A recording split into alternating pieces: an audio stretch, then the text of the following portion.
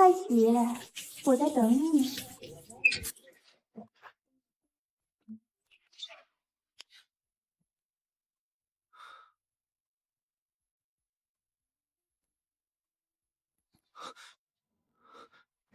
我们离婚吧。今晚爆出5.6亿大奖，有人花10万、5万注全买了同一个号，也许就当是钱多烧的。开奖直播。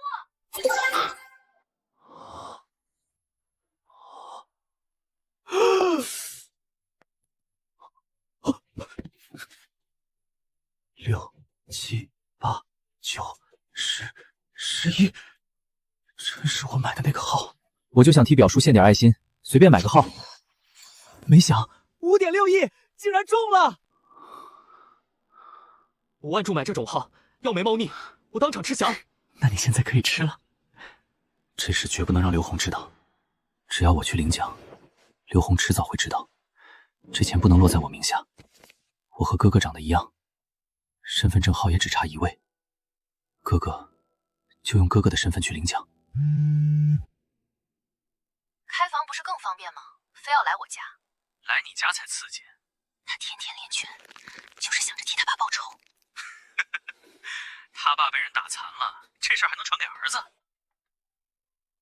怎么样，表哥，都听清楚了吧？你逍客记录仪里的东西我可全留着，想把车要回去，就把我的大奔还我。你想发就发，反正这个婚我离定了。不过你爸收受贿赂的那段视频我也一直留着，你真想上热搜，我可以帮你。杀父之仇，绿帽之恨，我跟你们慢慢算。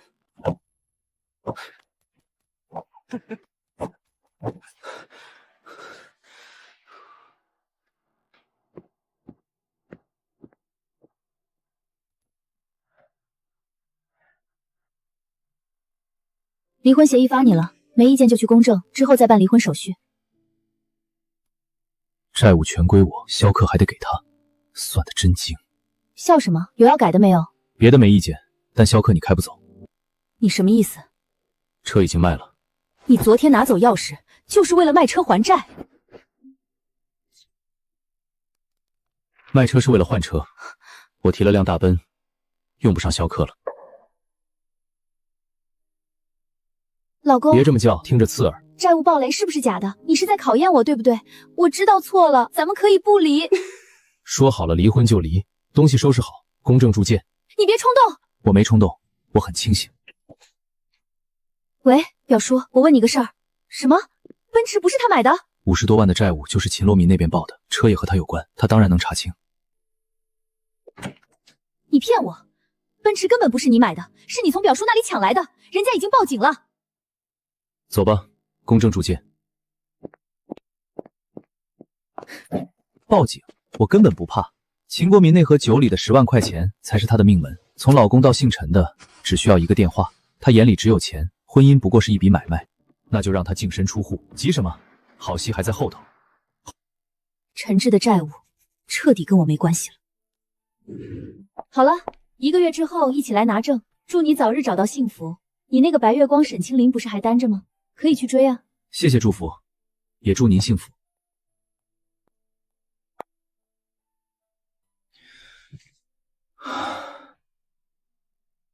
这瘟神终于送走了。5.6亿的钱，需要一张足够大的存储卡。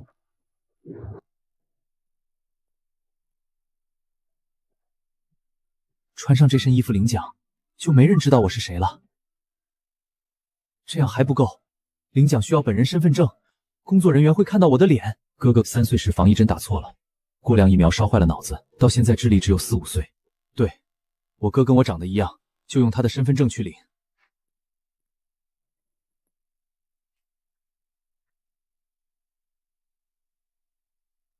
哥，你也算是亿万富翁了。我要办张银行卡，用哥的身份证办好这张卡，就万事大吉了。您好，您是来兑奖的？是。5万注，同一个号，您就是？嘘，陈先生，请问您是怎么确定这个号码一定会中的？我说我没想中奖，只是想献爱心，你们信吗？您好，请问你有什么想对全国彩民说的吗？量力而行，别学我。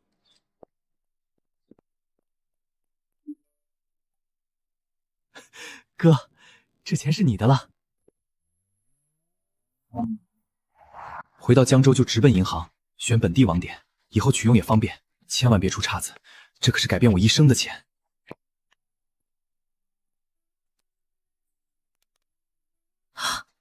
就是您，小声点儿，别声张。陈先生，请您移步贵宾室，我马上联系行长，全程为您专家服务。行长，1号柜来了超大额存款客户，急需您接待。陈先生，您能选择我们银行是我们的荣幸。行长客气了，说正事吧。2亿存3年大额存单，2.46亿存7天通知存款，600万放活期当零花，就按这个来办。陈先生，您留出的600万机动资金，不妨考虑下这款 R1级理财产品，保本保息，收益率在同级别里是最高的，很适合您。现在不考虑，以后再说。一串数字跳出来，心跳都快了，这就是亿万富翁的感觉。陈先生，您真的不考虑？方经理，我刚中大奖，脑子还乱着呢，过些日子再说。那您随时联系我，只要是银行相关的业务，我都能帮您办。帮我取110万现金。没问题。陈先生，现金准备好了。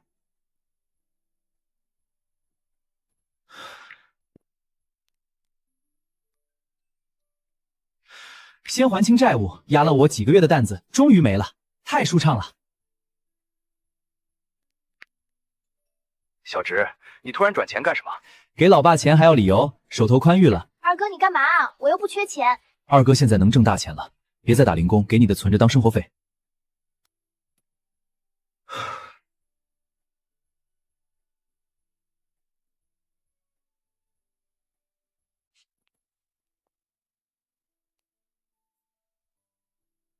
100万垫背睡觉，活这么大头一回，过几天换个地方藏，现在先过过瘾。你小子怎么回事？都几点了还不来？别的车都走半个小时，老板冲我发火呢，你麻溜的飞过来。新宇，我不干了。不干了？为啥？不打房贷了？不还网贷了？你疯了？我想跟着振宇去冷库杀鸡，那会儿挣钱多。对不住，对不住。钱有了，但身边的人呢？刘红是敌人，新宇是兄弟，但没法说真话。老爸和爷爷那边也瞒着。4亿，我现在有钱了，却找不到一个能分享的人。此刻，陈志脑海里浮现跟刘红的争吵。你只顾自己，想过我吗？退收电话打爆，领导天天骂我，这日子没法过了，离婚！你怎么想的？约见面很方便，非要来我家？去你家不就是找刺激，感受一下在你家把你征服的滋味？你就不怕被人发现？给他一次机会。放开！都要离婚了还动手，你这是婚内骚扰，一身汗臭味，廉价又恶心。先去洗澡刷牙，干净了再碰我。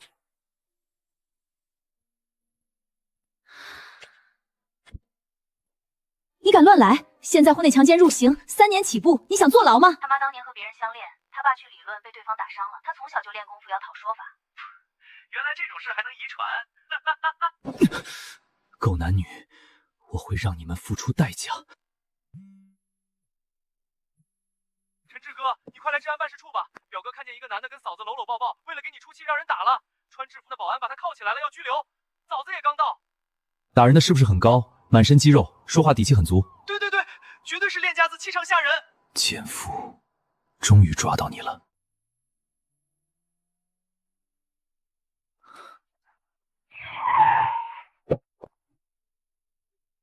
陈志哥，你可来了！表哥被打了，还被拘留了。别急，我进去看看。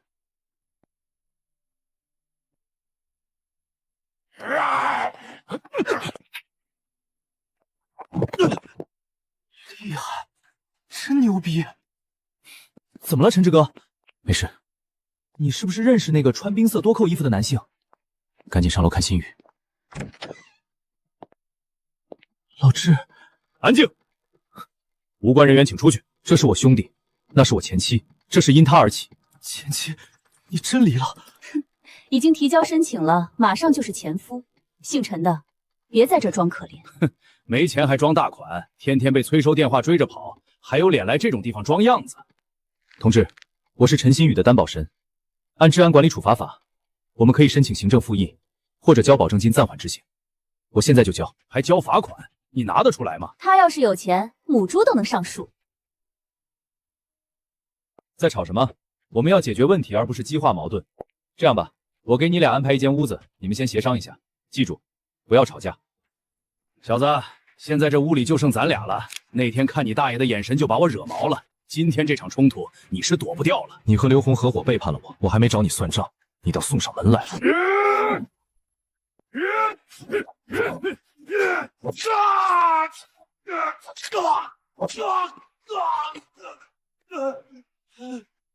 不自量力！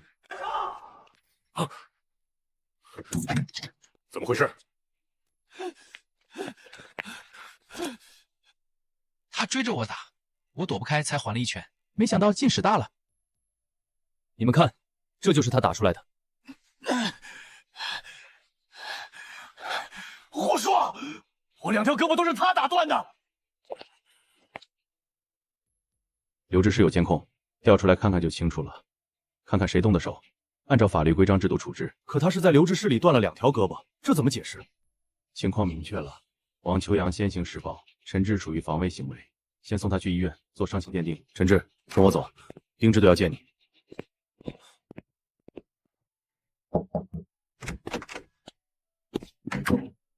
站好。王秋阳那2条胳膊到底怎么回事？他自己弄断的。怎么，想抓我？监控我都看了，确实是他先动的手。我看出来了。听说同学聚会上你骂我骂得挺狠，还说见面要给我颜色看。你这些年一次都不来，我还以为你发达后看不起老同学。我哪是发达，是彻底倒霉了。吉鹏汽车解散后，我被行业封杀，工作没了，还欠了一大笔债。最难的时候差点活不下去。不是不想见你们，是我混得太差，没脸去。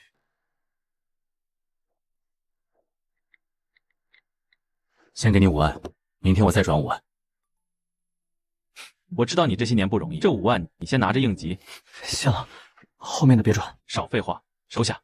新宇不用拘留，王秋阳那边你不用担心，他该承担的法律责任跑不了。明白了。真好，好在有监控，法律给了我公道。我先走了。西宇的手机在挨打时被踩坏了，人已经被送到市人民医院。我马上过去。刘红，你躲我干什么？西宇到底怎么了？你告诉我啊！我不知道，别问我。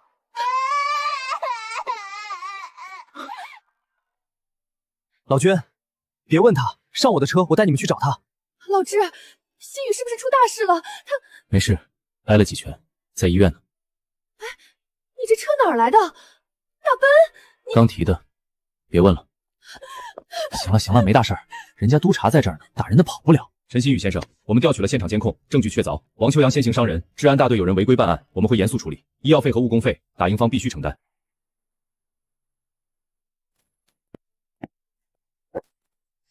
赔你们的医药费！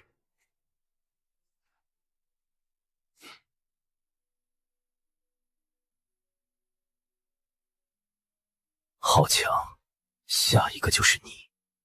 有钱，有靠山，有功夫，还怕什么呢？那不是陈志吗？回来了！听说了没？他欠了一屁股债，把车都押出去了。大黄，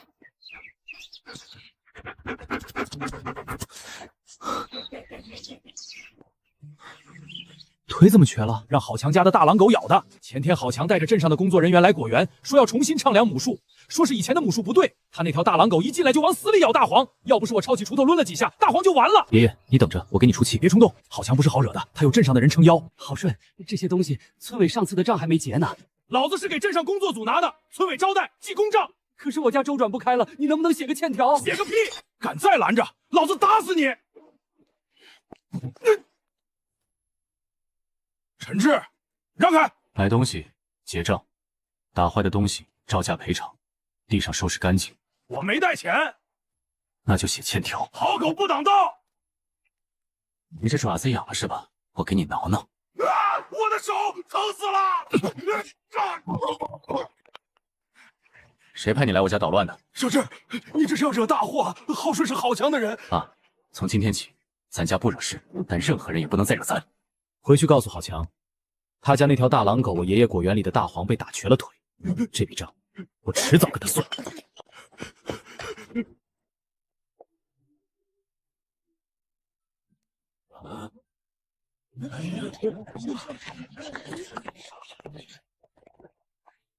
郝顺今天怎么只敢骂，不敢动手了？小智也变了，以前哪敢还手啊？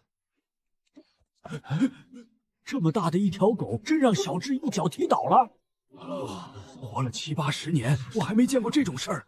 小智啊，你可闯大祸了！那是村长家的狗，赶紧跑吧！一会儿村长带人过来，你就走不了了。少李，把家里的钱都给小智，让他走得越远越好，像以前闯关东一样，走了就别回来。都什么年代了，还让我闯关东？我早就看出来了，郝顺躲在电动车后面骂，就是想把陈志引出来。他手一直扣着狗帘，只要陈志出来，他肯定放狗。那条狗太凶了，真放开能把人咬坏。听他叫我都害怕。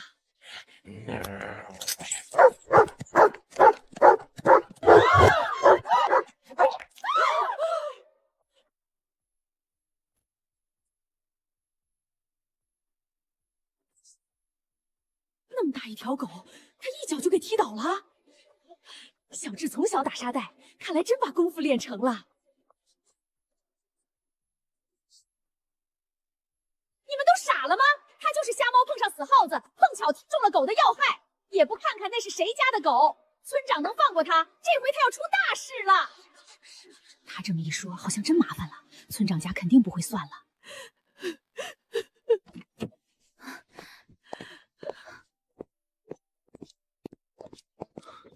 大姑，你别难受了，狗没咬着我，现在已经没事了。以后不能再这么莽撞了，刚才大姑眼睛都快吓花了。大姐，进屋说吧。青林也来了，好几年没见了，快进屋坐吧。大志哥，快过来，我给你买了好吃的。大志哥哥，你拿枪干什么呀？我要打狗，刚才他要咬小智，我是哥哥，我得保护他。你这枪不错，不过我给你买把更好的。陈志，你旅行包里装的什么？到家了还不拿下来？你这个笑肯定有问题，老实交代，又有什么心思？咱俩想到一块儿去了。这是我在江州买的，比你买的大，功能也更全。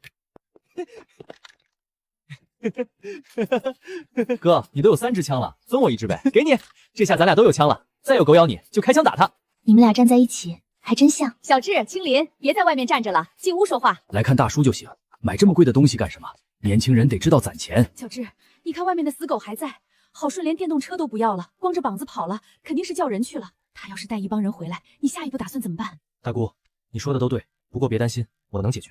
小卖部先关门，下午别做生意了，大家都进屋准备煎水饺了。郝顺一定去找郝强了，对方认为郝顺挨了打，狗也死了，肯定不会善罢甘休。人少我能应付，人太多，全家就退进院里，把大门锁死。监控必须尽快装上，证据不能少。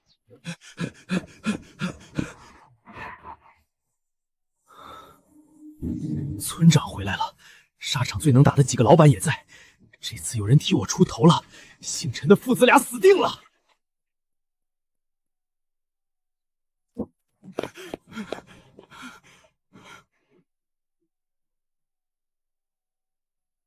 村长，完了完了，陈志造反了！你看看他把我打的。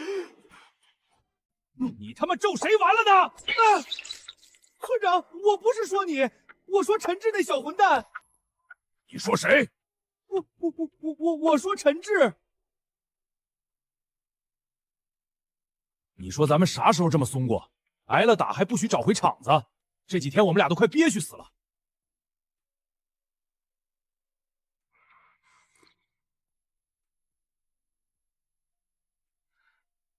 你俩憋屈，我就不憋屈。我是好脾气的人吗？关键是你俩把秦国民和沙场的关系扯起来了，这层关系绝不能让任何人知道的。要是陈志举报了，大家都知道你俩给秦国民送钱，再把咱们干的大事挖出来，上边怕是也压不住。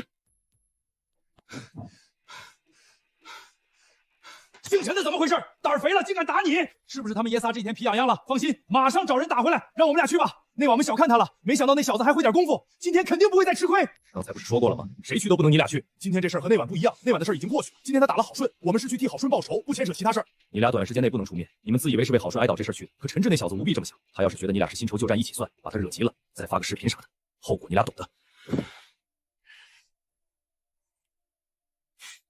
你是不是又打着村委7号去老徐那儿拿东西了？没猜错的话，去之前还去我家把大狼狗牵过去了。是啊，村长，就是这么回事。我觉得姓陈的看不起我，只要说村委要招待人，姓陈的才会乖乖给拿东西。牵着大狼狗过去，不是更有说服力吗？没想到陈志那小混蛋不知道为啥变得这么愣，他不但让我立马付账，还说欠他们家怎么还要炸放季青可以，看他敢不敢来。村长，陈志那小子太狂妄了，他不但打我，还把大狼狗打了。什么？他敢打我的狗？在这村里，没人敢打我的狗，谁敢动我的狗一下就是不想活了。对，那小子就不想活了，他竟然把村长的大狼狗给打死了，简直无法无天。你说什么？你再说一遍。他把我的狗给打死了，真的死了吗？用什么打的？他就是拿了根棍子，连踢带打，我拦也拦不住，这不就把大狼狗给打死了？废物，混蛋！给沙场打电话吧，叫10来个人过来。村民无缘无故打死村主任的狗，教训他一下也是名正言顺。没想到咱们还占理了。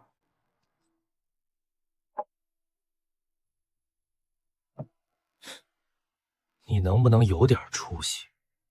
就一个愣头青，值得叫10来个人？我看你真是越活越回去了。陈志因为家里的事儿，从小就打沙袋，练散打，听说还练过飞刀。老大老二这么大块头都吃了亏，他确实有点功夫。你俩也是废物，2个人打不过1个，也不嫌丢脸。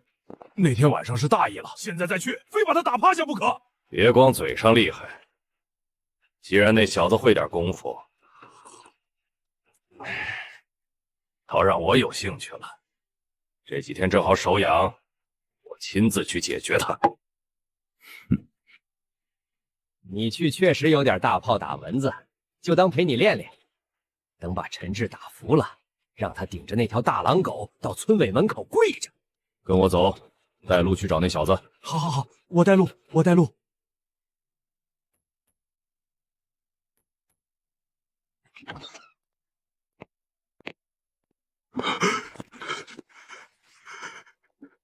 谁让你进来的？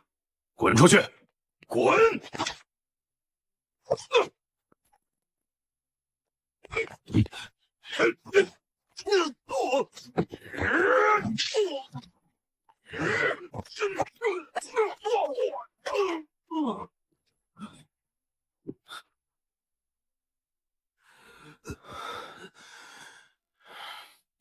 村长，这3个人是干什么的？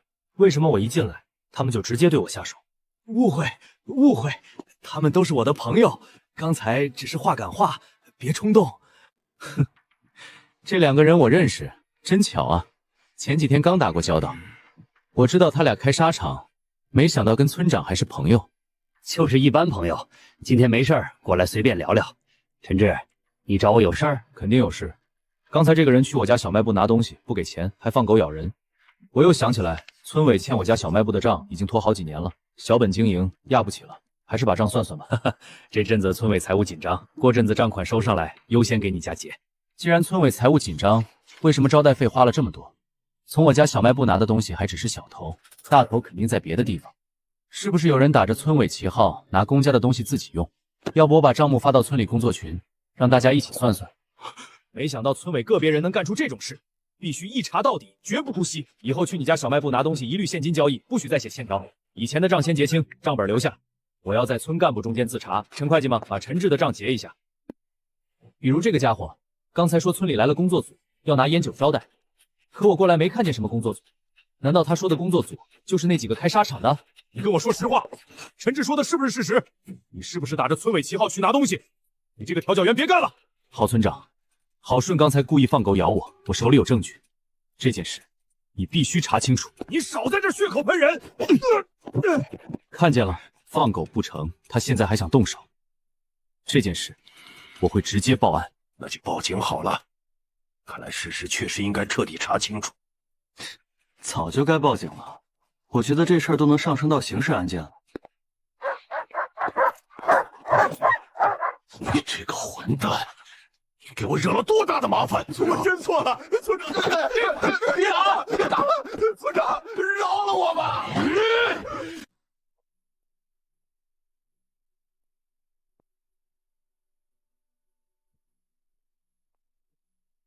叫人，赶紧打电话，多叫些人过来，都带上家伙，我要亲手把那小子剁了。你说这事儿咋办？不能就这么算了吧？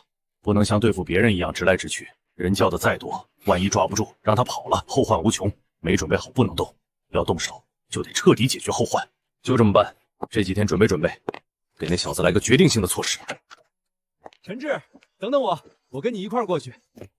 那条狗不是被你打死了吗？好顺的电动车还在你家门口，我过去一起弄回来。挺好挺好，就是得赶紧拖走。大夏天的，那条死狗放一会儿就臭了。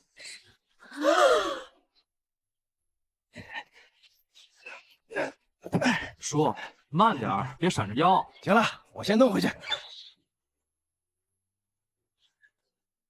这是咋回事？陈少山不知道大狼狗是陈志踢死的，他肯定不知道。知道的话，哪敢跟陈志有说有笑？难道陈志编了个瞎话，把陈少山给骗了？我觉得陈少山知道咋回事儿。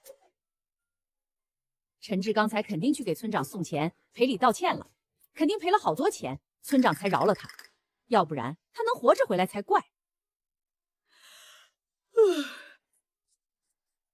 你看那么大的箱子，那得多大的冰箱啊！空调和电视也不小，这是谁家买的？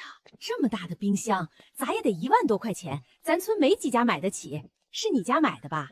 别人家可买不起这么好的东西。不是我家买的，我家的冰箱、空调前些日子刚换，都是最好的，还新着呢。别人家买不起这么贵的东西。大姨您好，给您打听一下，陈少礼家在哪住啊？你俩这鬼鬼祟祟的，是去干啥坏事呢？肯定是去送货呀。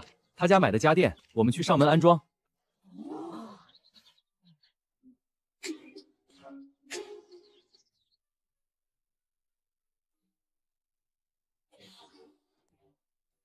你搞错了吧？你确定是一个叫陈少礼的人买的这些家电？确实不是陈少礼买的，是一个叫陈志的买的。他留下的地址让我送到陈少礼家里来。不可能，不可能，绝对不可能！陈少礼家都快穷死了，咋可能买得这么贵的家电？你说的那个陈志欠了一屁股债，整天被债主堵门，别说买家电了，就是买个手电筒都买不起。那咱俩说的不是一个人吧？反正买这些家电的那个陈志特别有钱，我们这是第2趟给他家送货了。中午的时候刚给他爷爷买的空调、冰箱、彩电安装完，这不马上又给陈少礼这边送吗？什么？你跟我说他爷爷在哪儿住啊？他爷爷是种果园的，我们就是送到果园里去安装的。大爷，您倒是告诉我，陈少人家到底在哪儿住啊？往那边，他家门口有棵大杨树，还开着小卖部。哦，哎，你们是不知道啊，昨天晚上啊，我亲眼看见牛金菊。对，我就说嘛。陈少廷也算苦尽甘来了。想当年他家多富裕啊！陈少廷又高又帅，好好一个大帅哥，被打成残废。这么多年，他一个残废拉扯3个孩子，真太苦了。谁说不是嘛？你看他家房子，30多年前是咱村最好的房子。陈志这孩子有志气，从小懂事儿，还像他的汽车厂，一个月工资好几万。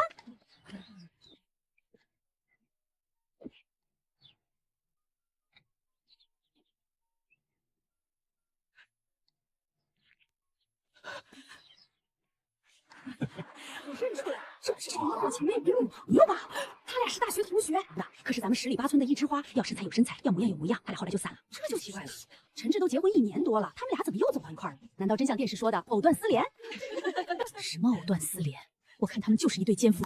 那个女的也不是什么好东西，明知道人家已经结婚了，还跑回来勾搭他。陈志更不是个东西，真想跟他勾勾搭搭，当初就该直接娶她。现在吃着碗里的，还惦记着锅里的，干出这种事儿，他还算个人吗？你能打，我知道。你现在好像也发了笔财，可有钱不代表有势。你今天把村志得罪狠了，他以前混社会，现在还在那个圈子里，绝不会善罢甘休。没当场找你，才更严重，说明他准备在暗处动脑子。你们一家在明处，防不胜防。那也没办法，就是怕他们报复。我们家以前才一直忍让，可换来了什么？今天你也看见了，村里的调解员都敢打着村委旗号去我家白吃白拿，再忍下去，他们只会更过分。逼到这份上，就算我没练过，打不过也不能再忍了。一味忍让，对方只会变本加厉，忍无可忍，就没必要再忍。但该防备还是得防备。让你爸以后傍晚就关小卖部，晚上没事别出门。装监控的不是马上过去吗？别怕花钱，明的暗的多装几处，必须360度没有死角。你不在家，就多用手机看监控，你才是他们真正想对付的人。你用那种眼神看我干什么？看不够啊？我怎么感觉你越看越像老太太？你找打是吧？这么大逆不道的话也敢说？我是说你这絮絮叨叨的口气像老太太。既然这么替我着想，干嘛不留下帮我解决问题？没事，咱俩还能谈谈人生。你想的挺美，那你怎么不去京城帮我？咱俩开个夫妻店。当初我那么留你，你不还是毅然决然回来了？你说起离婚挺淡然，可再怎么装不在乎，走出阴影。现在全家的希望都在你身上，你不能只考虑自己。再找个老实可靠的人结婚，赶紧要个孩子。子欲养而亲不待，再拖下去，等你有了孩子，爷爷可能都看不到了。以后找对象至少得会做饭，会包水饺，多回来给大叔和大志哥哥做顿饭。按理说，我该去看看叔叔阿姨，可又怕他们多想，今天就不过去了。以后有机会，我一定。行，就这么说定了。好啦，你小子可以滚了。这不就是陈志的车吗？我认得，就你长眼睛了，谁不认识？不就是一辆10来万的破车吗？听说还是贷款买的，到现在都没还完。我们家倩倩结婚开的是大奔驰，妍妍还没结婚，买辆宝马就是随便玩。真有命！他表婶子，你这说话水分也太大了吧？昨天你跟我说陈志抢了你家大奔驰，还要让穿制服的保安抓他，哪有那回事啊？刚才我看着陈志开着他自己的白车回来的，根本没影的事儿。你干嘛编谎话骗我？二嫂子，我没骗你啊，陈志确实跟小辉把车换着开了，当时我很生气，可今儿上午他已经把车还回来了，车里东西啥都没动，看来他就是换过去开着玩玩，年轻人嘛。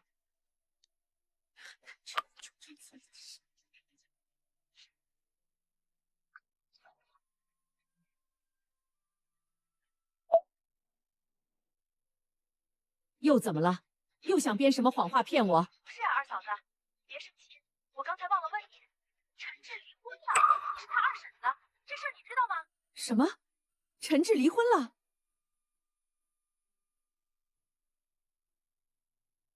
他离不离婚关我什么事？我家跟他家好多年都不来往了，你又不是不知道。他是死是活，我不想听。二嫂子，是他媳妇儿不要他了，催债的把他和他媳妇儿电话都快打爆了，他媳妇儿受不了。两人才你说什么？多好的姑娘啊！怎么可能？竟然是这样！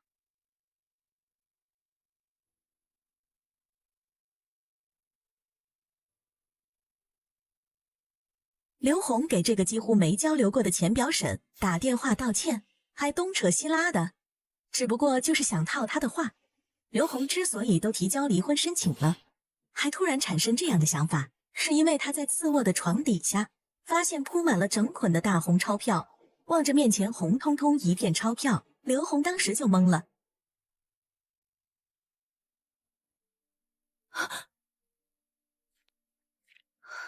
整整100万！我从小到大哪见过这么多钱？要是陈志没欠那么多债，这真是我们家的存款，该多好！我都已经申请离婚了，为什么催债电话还一直打给我？刘红不知道，陈志已经还清债务，只是第三方催收尚未收到停止通知。请确认，你是不是负债人陈志的妻子刘红？陈志已经失联，2小时内必须处理欠款，否则我们会去家里和单位找人。你确定是陈志欠你们的钱？会不会弄错了？我觉得他应该有钱，不至于欠债呀。你明知道他有钱还不还，这属于恶意骗贷，要承担法律责任。什么法律责任？你们还能把他抓起来？需要起诉立案，最后由司法机关判决。要是家里现在就有100万现金，他还欠钱不还，性质严重吗？2小时内必须处理，否则我们将采取措施。恶意骗贷，难道真能把陈志送进去？难道陈志早就发现我和王秋阳的事，故意让债务暴雷，逼我主动离婚，净身出户？不对，陈志要转移财产，没必要毁掉自己的征信和前途。债务是真的，那这100万到底是哪儿来的？陈志正常工作，根本不可能突然拿出100万，钱藏得这么严实，难道是抢来的或者偷来的？陈志，你这次恐怕真要出事了。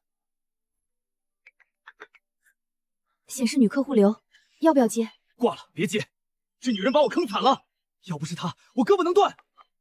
他老婆住院都不来看一面，现在这个女客户又一直打，8成也是跟他不清不楚的人。接起来，拿给我，我问问他到底想干什么。又来！以前我有钱，有健身房，还有这副身体，谁见了我不得高看一眼？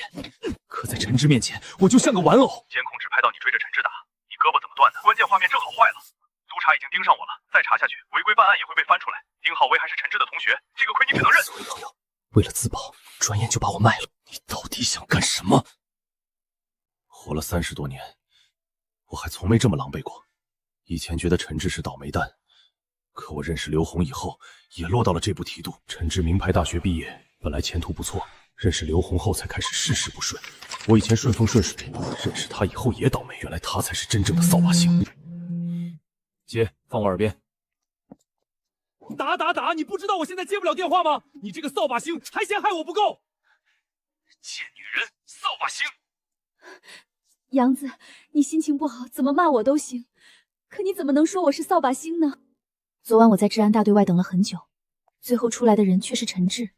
王秋阳根不是陈志的对手，现在能保护我的人已经倒下了。杨子，你先别发火，我有重要的事告诉你。我回来拿东西，在自己床垫下面发现了整整100万，他债务都报了，别说100万，1万块都拿不出来。这些钱还藏得这么严实，肯定有问题。这钱不是偷的，就是骗的，说不定还是抢来的。他以为我不会再回来，才敢藏在床底下。要不要马上找人查他？最好把他送进去，让他再也翻不了身，也算替你报仇。以陈志的经济状况，确实不可能拿出100万，还藏在床底下，肯定心里有鬼。你先别离开，看好那些钱，再找找别的地方，看还有没有。我先找朋友商量，定下来再联系你。找吕卫东，打给他。老吕，陈志家床底发现了100万现金，他根本不可能有这笔钱，我怀疑钱来路不正。你说的只是非公职人员家里出现了一笔现金，不能直接按财产来源不明处理。你们现在全是猜测，没有具体证据，近期也没有对应的案件，根本无从查起。这怎么是瞎猜？他欠了快100万，债务都报了，连1万块都拿不出来。现在突然有100万，还整整齐齐藏在床垫底下，这不是做贼心虚是什么？你们先把人叫来问问，总能查出东西。就算把人叫来，没有实质证据，也不能强行往案件上靠。行了，我先让人把陈志叫过来了解情况，能不能查下去，要看有没有实际线索。来个人，到我办公室一趟。整整齐齐压在床垫底下，这藏钱的方式确实不正常。只有一张照片和财务状况推测，没有直接线索，肯定不能立案。没立案，也不能查他的账户流水。给陈志打电话，通知他到治安大队来一趟，先了解情况，别在电话里多说，明白？小志，我相信你兼职挣到钱了，可挣了钱也不能这么花呀。这2年你失业，公司倒闭，后来连送货都干过，日子不顺的时候，咱得知道省着点儿。这些东西都是家里需要的，以前条件不好，家里的东西用了快30年，现在好不容易有钱了，总不能还让你和我哥一直过以前的日子。这才刚开始，过几天我还准备重新装修，旧家具全部换掉。你打住！你买这么大的冰箱干什么？平常就我和你哥在家，能放多少东西？冰箱1万多，个头越大还越费电。这是节能冰箱，1天连1度电都用不了。咱们以前那个旧冰箱才是真的费电。电视也买这么大，咱家是要开电影院吗？你哥看电视，大点小点不都一样？最不该买的就是空调，天热忍几天就过去。这东西买回来我也舍不得开，钱都花了，你可不能放着当摆设。天这么热，空调必须开，小卖部凉快一点，食品也不容易坏，这不是白花钱。我就是看你花钱太猛，心里难受。你大姑今天也一直替你心疼，你手里的钱是不是都花光了？你前几天给我的3万块我一直没动，我还是给你转回去吧。爸，你拿着花，想买什么就买什么，我手里真有钱，不用替我省。以前买房、买车、结婚，手里确实紧，没怎么给过你钱。现在宽裕了，要不我再给你转2万？算了，3万我先留着，你也别再给了，等我花完了再找你要。爸还在怕白天的事，现在越安慰，反而越会让他胡思乱想。有些旧账早晚要解决，第一步总会疼。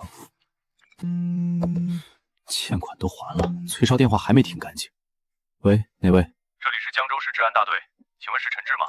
我是。请你现在到治安大队来一趟，配合了解一些情况。应该还是王秋阳胳膊受伤的事，真要查，伤情和当时的人员关系都瞒不住，但他们自己做过什么，他们比我更清楚。知道了，我现在过去。到了之后直接联系我们。出什么事了？没什么，过去问几句话，我很快回来。我现在不在江州，已经回老家了，家里还有事，等我回去再到你们那儿。不行，今天确实回不去。明天上午。我回江州以后直接过去。上午10点以前。好，明天10点以后你会不会派人见不到你？还没说，明天过去问问，没什么大事。他们找你干什么？真特别严重，他不会轻易动当片点，但那种急迫也不像单纯走过场，没必要什么事都找丁浩伟。明天先去看看他们到底想问什么。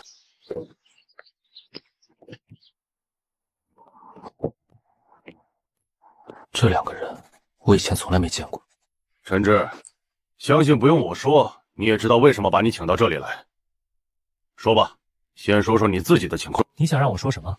我怎么知道你们为什么把我叫来？不要抱侥幸心理，没有掌握情况，我们不会把你叫来。既然你们都知道了，又何必问我？注意你的态度，自己说出来和我们替你说出来性质完全不同。你不用吓唬我，想问什么就直接问，不知道的你再这么绕我也回答不了。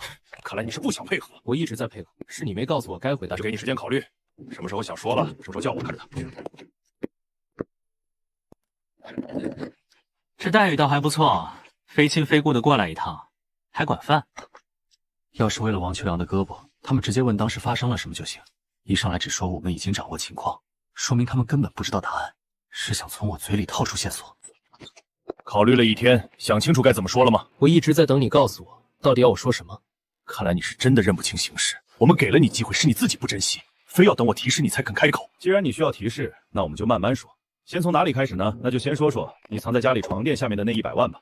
你对这笔钱怎么解释？原来他们绕了一整天，是为了床底下那100万。我不是公职人员，没有义务向你们汇报自己的全部财产。我一直守法，没有做过违法犯罪的事。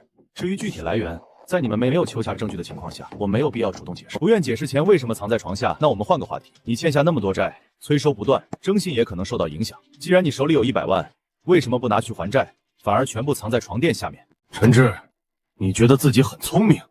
你在外面欠了多少债，我们一清二楚。你们的消息太滞后了，债我已经还清，现在无债一身轻。你前期刚收到催烧短信，这也叫还清了？我说还清了，信不信由你。你这种对抗态度只会让事情更严重。坐下。我还真不做。看清楚，我现在就打给平台。您好，这里是消费物客服中心。我是陈志，请查一下我名下欠款是否已经全部结清。陈先生，您所有借款本息已于本月10日结清，目前没有任何逾期欠款。那我前妻今天为什么还收到了催收短信？系统同步存在延迟，停止催收指令已经发出，预计24小时内完全生效，给您带来困扰，非常抱歉。听清楚了吗？你们是信刚才这通电话，还是信我前妻的一面之词？他发现床底100万外币钞票就说钱来路不正，你们没有证据，却把我关了1天。现在我可以走了吗？目前看可能是个误会，陈先生，您先回去，后续请继续配合。配合是义务，不过下次最好先查证，再采取措施。吕队，要不要通知王秋阳，刘红还守着那100万？通知什么？那2个人净添麻烦，他措手不及，活该。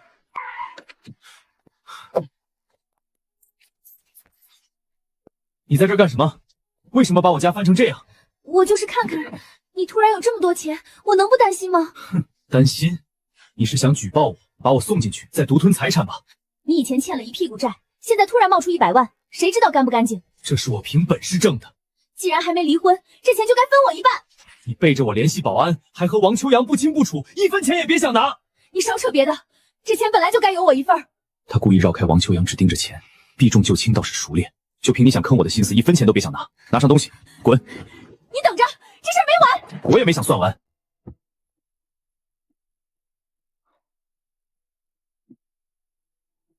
铺着钱睡觉的梦算是圆了，瘾也过够了。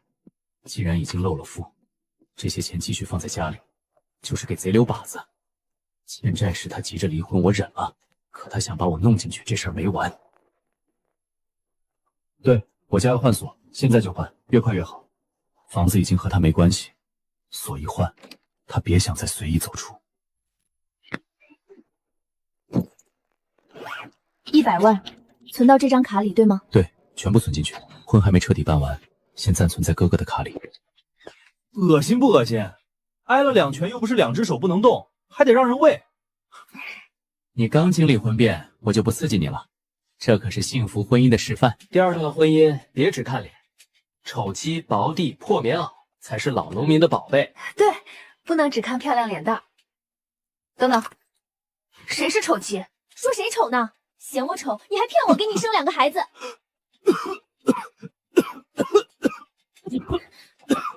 行了行了，他嘴欠，打2下出气就够了，别真打坏了。打人的到现在1分钱没送，心雨不能上班，我也得请假陪床，凭什么还要咱们自己垫钱？王秋阳的胳膊虽然断了，也不能比出他先打人的责任。这笔钱不该由我替他出。你给督察打电话，就说医院又催缴费，让他们督促王秋阳赔钱。我嘴笨说不好，要不你打？他不是嘴笨，他是见了办案人员就发怵。我来，我是陈新宇家属。王秋阳把人打住院，1分钱没赔，医院又在催费，你们得尽快督促他处理。打了人还想赖账，门儿都没有。别真气坏了，咱们占理，他不赔就继续催。操！我都这样了，他们还他妈催着赔钱！吕大队，你评评理，这事公道吗？督察已经介入了，现在你只有2个选择，要么把医药费送过去，好好道歉，争取陈新宇谅解；要么去看守所门诊，等胳膊养好了再出。两条胳膊都断了，怎么去送钱？还让我向他低头？怎么去？爬着去。打不过陈志，靠山也压不过，只能先忍。你都伤成这样了，还要给陈希宇送钱？陈志没陪你，你倒先陪他。这口气你真咽得下？我自有安排，把钱送过去，别再问。这不像你，我叫你来是办事的，照我说的做。我去外面看看。要不是刘红，我怎么会落到这一步？床底下那100万也是她惹出来的，这个女人把我坑惨了。陈志被放出来了，他已经回家了。刚才差点对我动手，他看我的眼神像疯了一样，肯定恨死我了。回去了，不可能这么轻易放人。吕卫东要是放了他，一定会先告诉我，打电话问清楚床底那100万到底查得怎么样。怎么可能？他俩根本不认识。你说实话，姓陈的到底有没有钱债？怎么连你也不信我？他要不欠债，我能那样对他？你看这些骚扰电话和催收短信，难道是我编出来的？刚还有催收电话打过来，我没接。今天短信也发了好几条。会不会都是骗子？可能姓陈的个人信息泄露，骗子电话才多。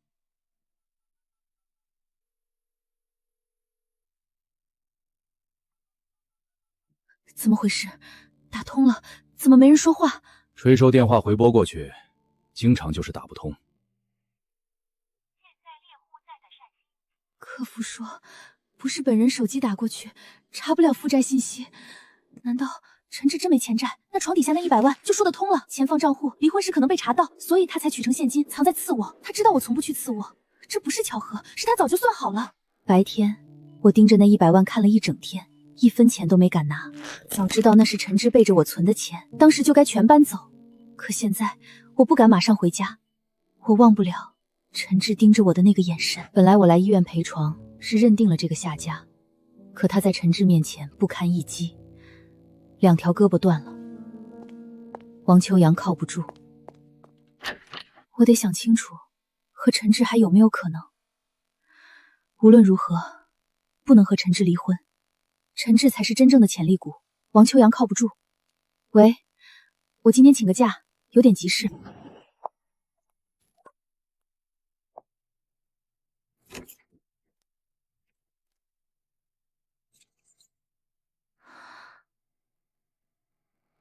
换锁了，请出示证件，证明你是房主。你把门打开，看墙上婚纱照不就知道了？你来证明我是不是这家女主人？是，她是这家的女主人。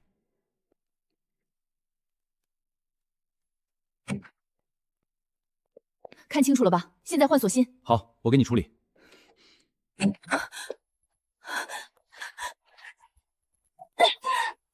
没了。怎么会没了？不是梦，真的不见了。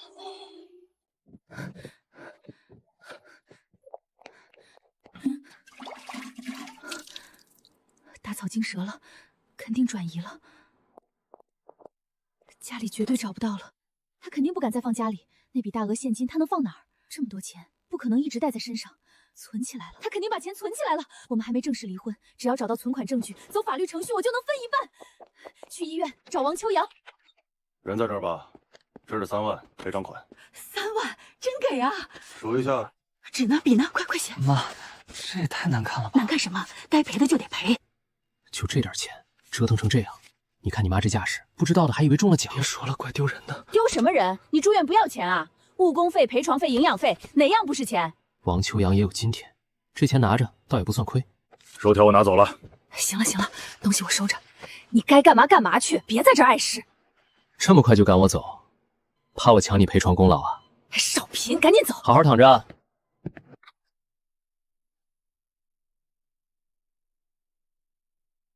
这个不能留在车上，私人记录得自己拿着。车况我们看过了，手续齐的话，今天就能过。这儿签一下，后面按流程走。旧牌剪脚，后面就不能正常上路用了。这个旧牌我留着。行，你拿走。先生，您看的是这款7座大型 SUV 吧？先看看。这款现在做分期比较划算，首付压力会低很多。对，后面也可以提前结清。分期还没正式离婚，全款买车容易被他扯上，先分期，离了再还，就按分期办。好的，我给您准备手续。总算换了辆像样的车，今天这口气算是顺了。回家好好放松放松。旧牌还能用，还真让他认了。陈志，停车！你给我下来！你到底想干什么？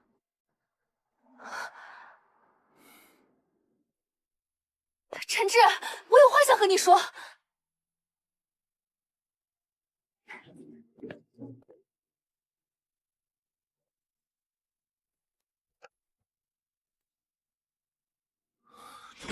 怎么回事？锁坏了。哟，回来啦？怎么又打不开啊？哟，这锁刚换过。对呀，上午你媳妇儿过来的，还带了证明，找人把锁换了。他还让我帮着说一声，证明他是住这儿的，我就给做了个证。王姐，上午麻烦你了啊！哈，邻里邻居的，应该的。我忘了跟你说，今天我把锁换了。这女人还真是不消停。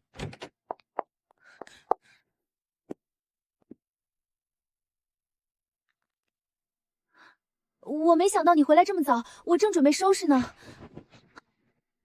老公，打住，不敢当，请自重，不要乱认亲戚。我承认，这些日子我情绪有些失控。我跟王秋阳真的没什么，我只是他的健身房客户，吃过几饭，帮过几次忙，真的没别的。那件事是误会，我就是想气气你，真没别的。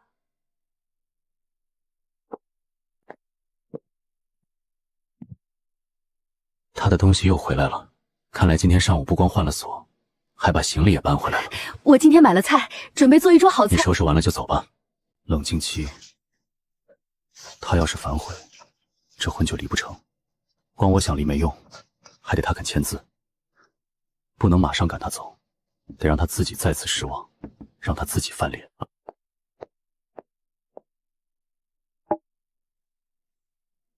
菜都好了，多少吃一点吧。你别忙了，我吃这些就行。我还拿了杯红酒，咱们坐下来好好吃顿饭。你买的你自己吃吧，我这些够了。再说了，你做的饭，我现在不敢碰。我怎么会呢？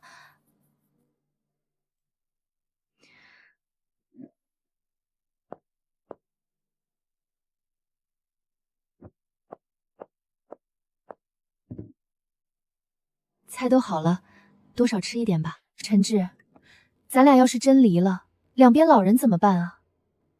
你爷爷一直盼着咱们好好的，他一直把我当亲孙媳妇看，我也一直把他当亲爷爷。你真舍得让老人家难受吗？你跟我说实话。什么实话？你说了这么多，还是不想离婚，到底是因为长辈，还是因为你发现我有100万存款？我跟你说实话，你别太难受，这2个因素都有。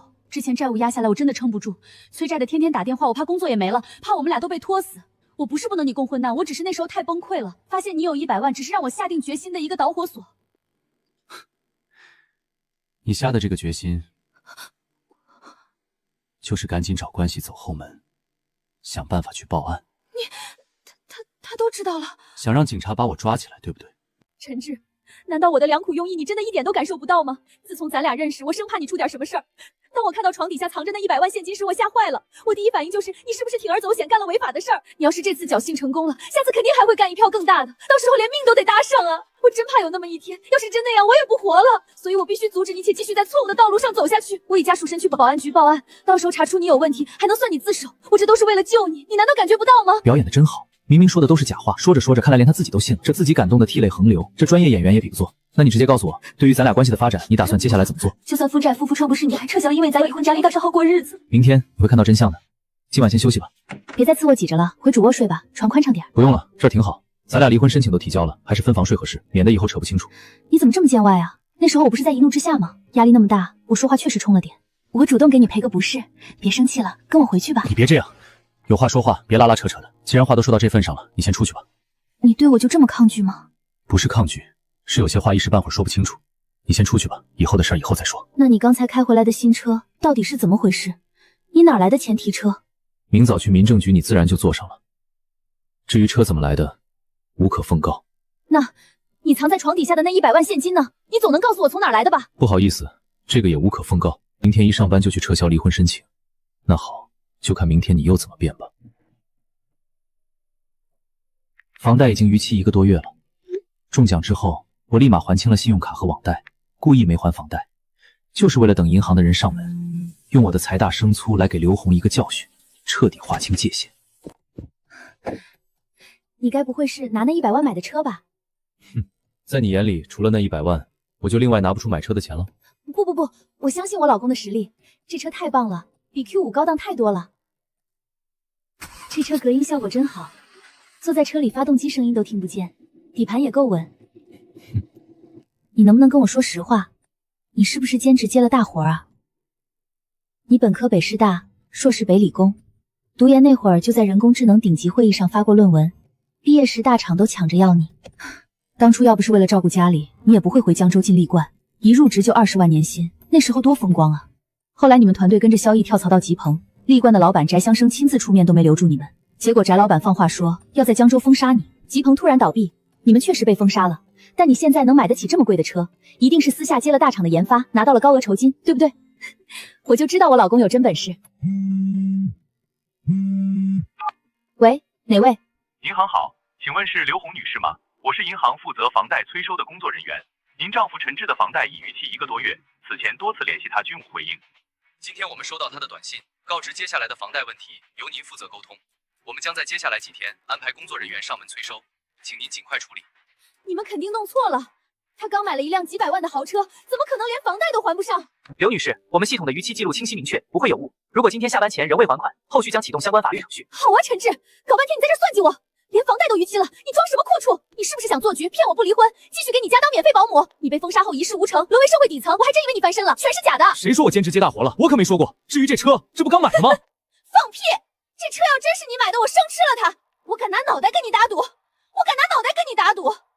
这车肯定是你借来忽悠我的，包括你床底下那100万也肯定是借来的，你就是个骗子，快开车门让我下去！房贷逾期是个误会，我只是需要整合一下财务，我手里真有钱，这车就是证明。你啥都证明不了，有钱怎么连几千块房贷都还不上？我求你放过我吧！我刘红对天发誓，从今天起和你一刀两断，再无瓜葛。谁要再纠缠对方，天打雷劈个好下场！开门！昨晚你还口口声声说有问题一起面对，今天一个催电话你就翻脸成这样。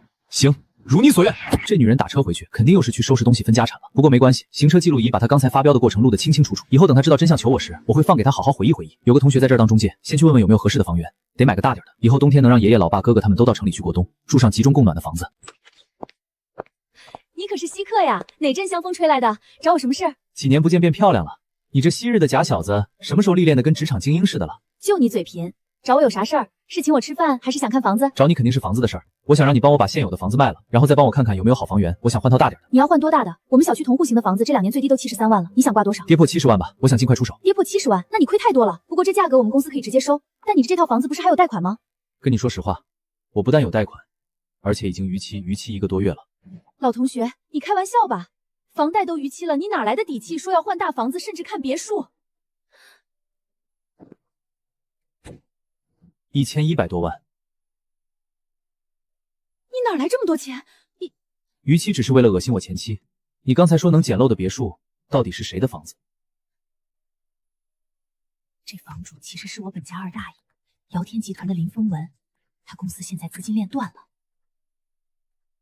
大和集团想1亿地价收购他，二大爷不甘心，想把别墅卖了换现金维持公司，最后跟大和集团赌一把。这是商业秘密，成交前你千万别泄露出去。林峰文，原来是他啊！这已经是我第2次听人说林峰文和大和集团的事了，没想到现在要买房子，竟又和他扯上关系。他在斐丽庄园有2套别墅，当时2套买下来花了2000多万，现在因为他急用钱，一套1000万他就卖，而且家具家电全送。哦，既然这么便宜，明显是捡漏，你们公司怎么不自己收下来？现在别墅已经不具备投资属性了，公司收了就是压资金。只要你真能拿出全款，今天上午我就能带你去看房。我没开玩笑，有一套足够我们家住了。走，现在就带我去瞧瞧。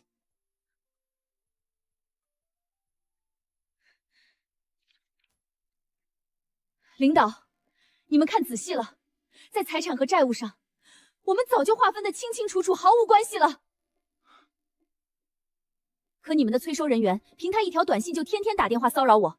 那房子你们爱封就封，爱拍就拍，我早就搬走了，千万别再影响我的工作和生活。是我们工作疏漏，刘女士您消消气，以后保证不会了。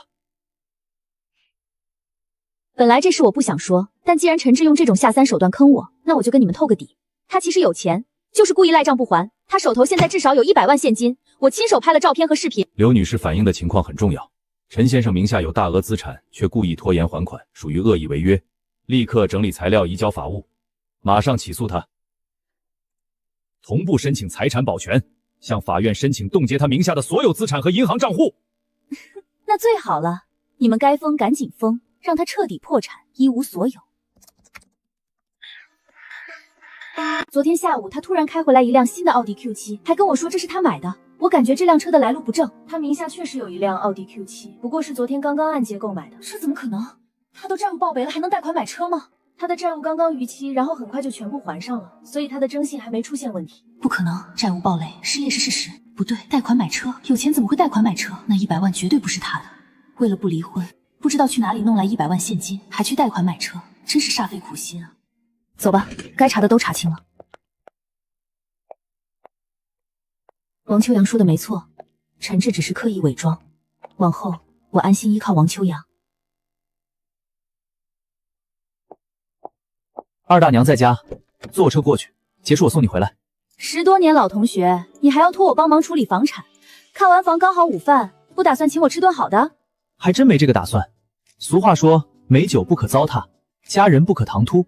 就我这普普通通的，从一开始就不敢奢望能有和你这么漂亮的美女共进午餐的机会。你比上学的时候好玩多了，那时候你总心事重重的，整天拉着一张脸。你没发现我一直都在逗你开心吗？可我的努力全是白费的。现在好了，反倒轮到你逗我。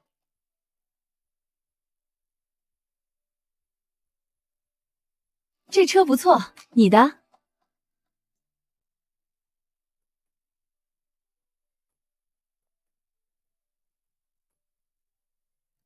哇塞，老同学，行啊，刚提的新车啊，看来你发展的不错哦。哪有，没挣啥大钱，这车是贷款买的。我不是没坐过豪车，但坐自己同桌的豪车，感觉心里还真挺踏实的。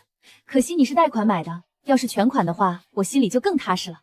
不用担心，我又不跟你借钱。我不是怕你借钱，主要是你买车都得贷款，担心你没钱买别墅。放心吧，只要房子看好了，价格合适，我绝对不会让你难做的。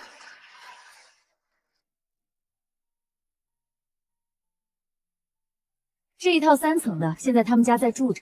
另外一套2层的在那一边，因为现在国内经济形势不好，二大爷也不想让孙孩子碰灰，所以他打算把2套房子都卖掉，500万给儿子，另外500万用来让公司运转到最后一刻。如果花完这500万，行情依然没有起色，那他就跟二大娘回去改造荒山。他现在已经把荒山都承包好了，算是做了2手准备。林小姐，您来了，进来吧，大姐在里面等着呢。二大娘，这就是我的同学陈志，他想买房子。二大娘，咱们还是老乡呢。我娘家是荷洼村，你二大爷是东岭村，跟你们南坦村都是一个镇的，让你见笑了。以前我家那是出了名的有钱，谁能想到竟然落到这种地步？你回去之后，暂时还要替我们家保密。哎，至于以后，我和你二大爷去改造荒山，那时候别人爱咋说就咋说吧。现在不是伤心的时候，只要赶紧成交，也算是对二大妈帮助。二大娘，要不您先带我们看看房子吧？好，好，我带你们转转，这房子还是挺好的。这装修用料真舍得下本钱，家具家电全是好东西。所以我说是捡漏，要不是我二大爷实在撑不住了，这套房子挂出来至少得翻1倍。400多平3层楼，我一个人住太大了。要不我们先去看看那套2层楼的？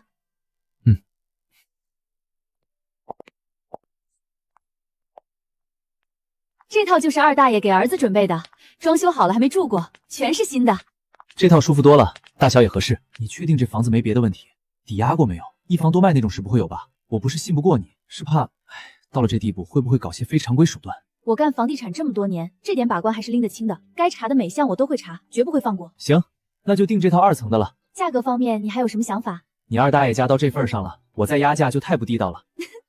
真没想到你小子还是个暴发户，年纪轻轻全款拿下这么好的别墅，我真羡慕你媳妇儿。她当年是咋慧眼识珠看上你的？二大娘，我同学定下来要这套了。定了就好，定了就好，那剩下的手续就得找二大爷来谈了。喂，老林啊，买家看好了，你啥时候能回来一趟？他让你接，说有话跟你讲。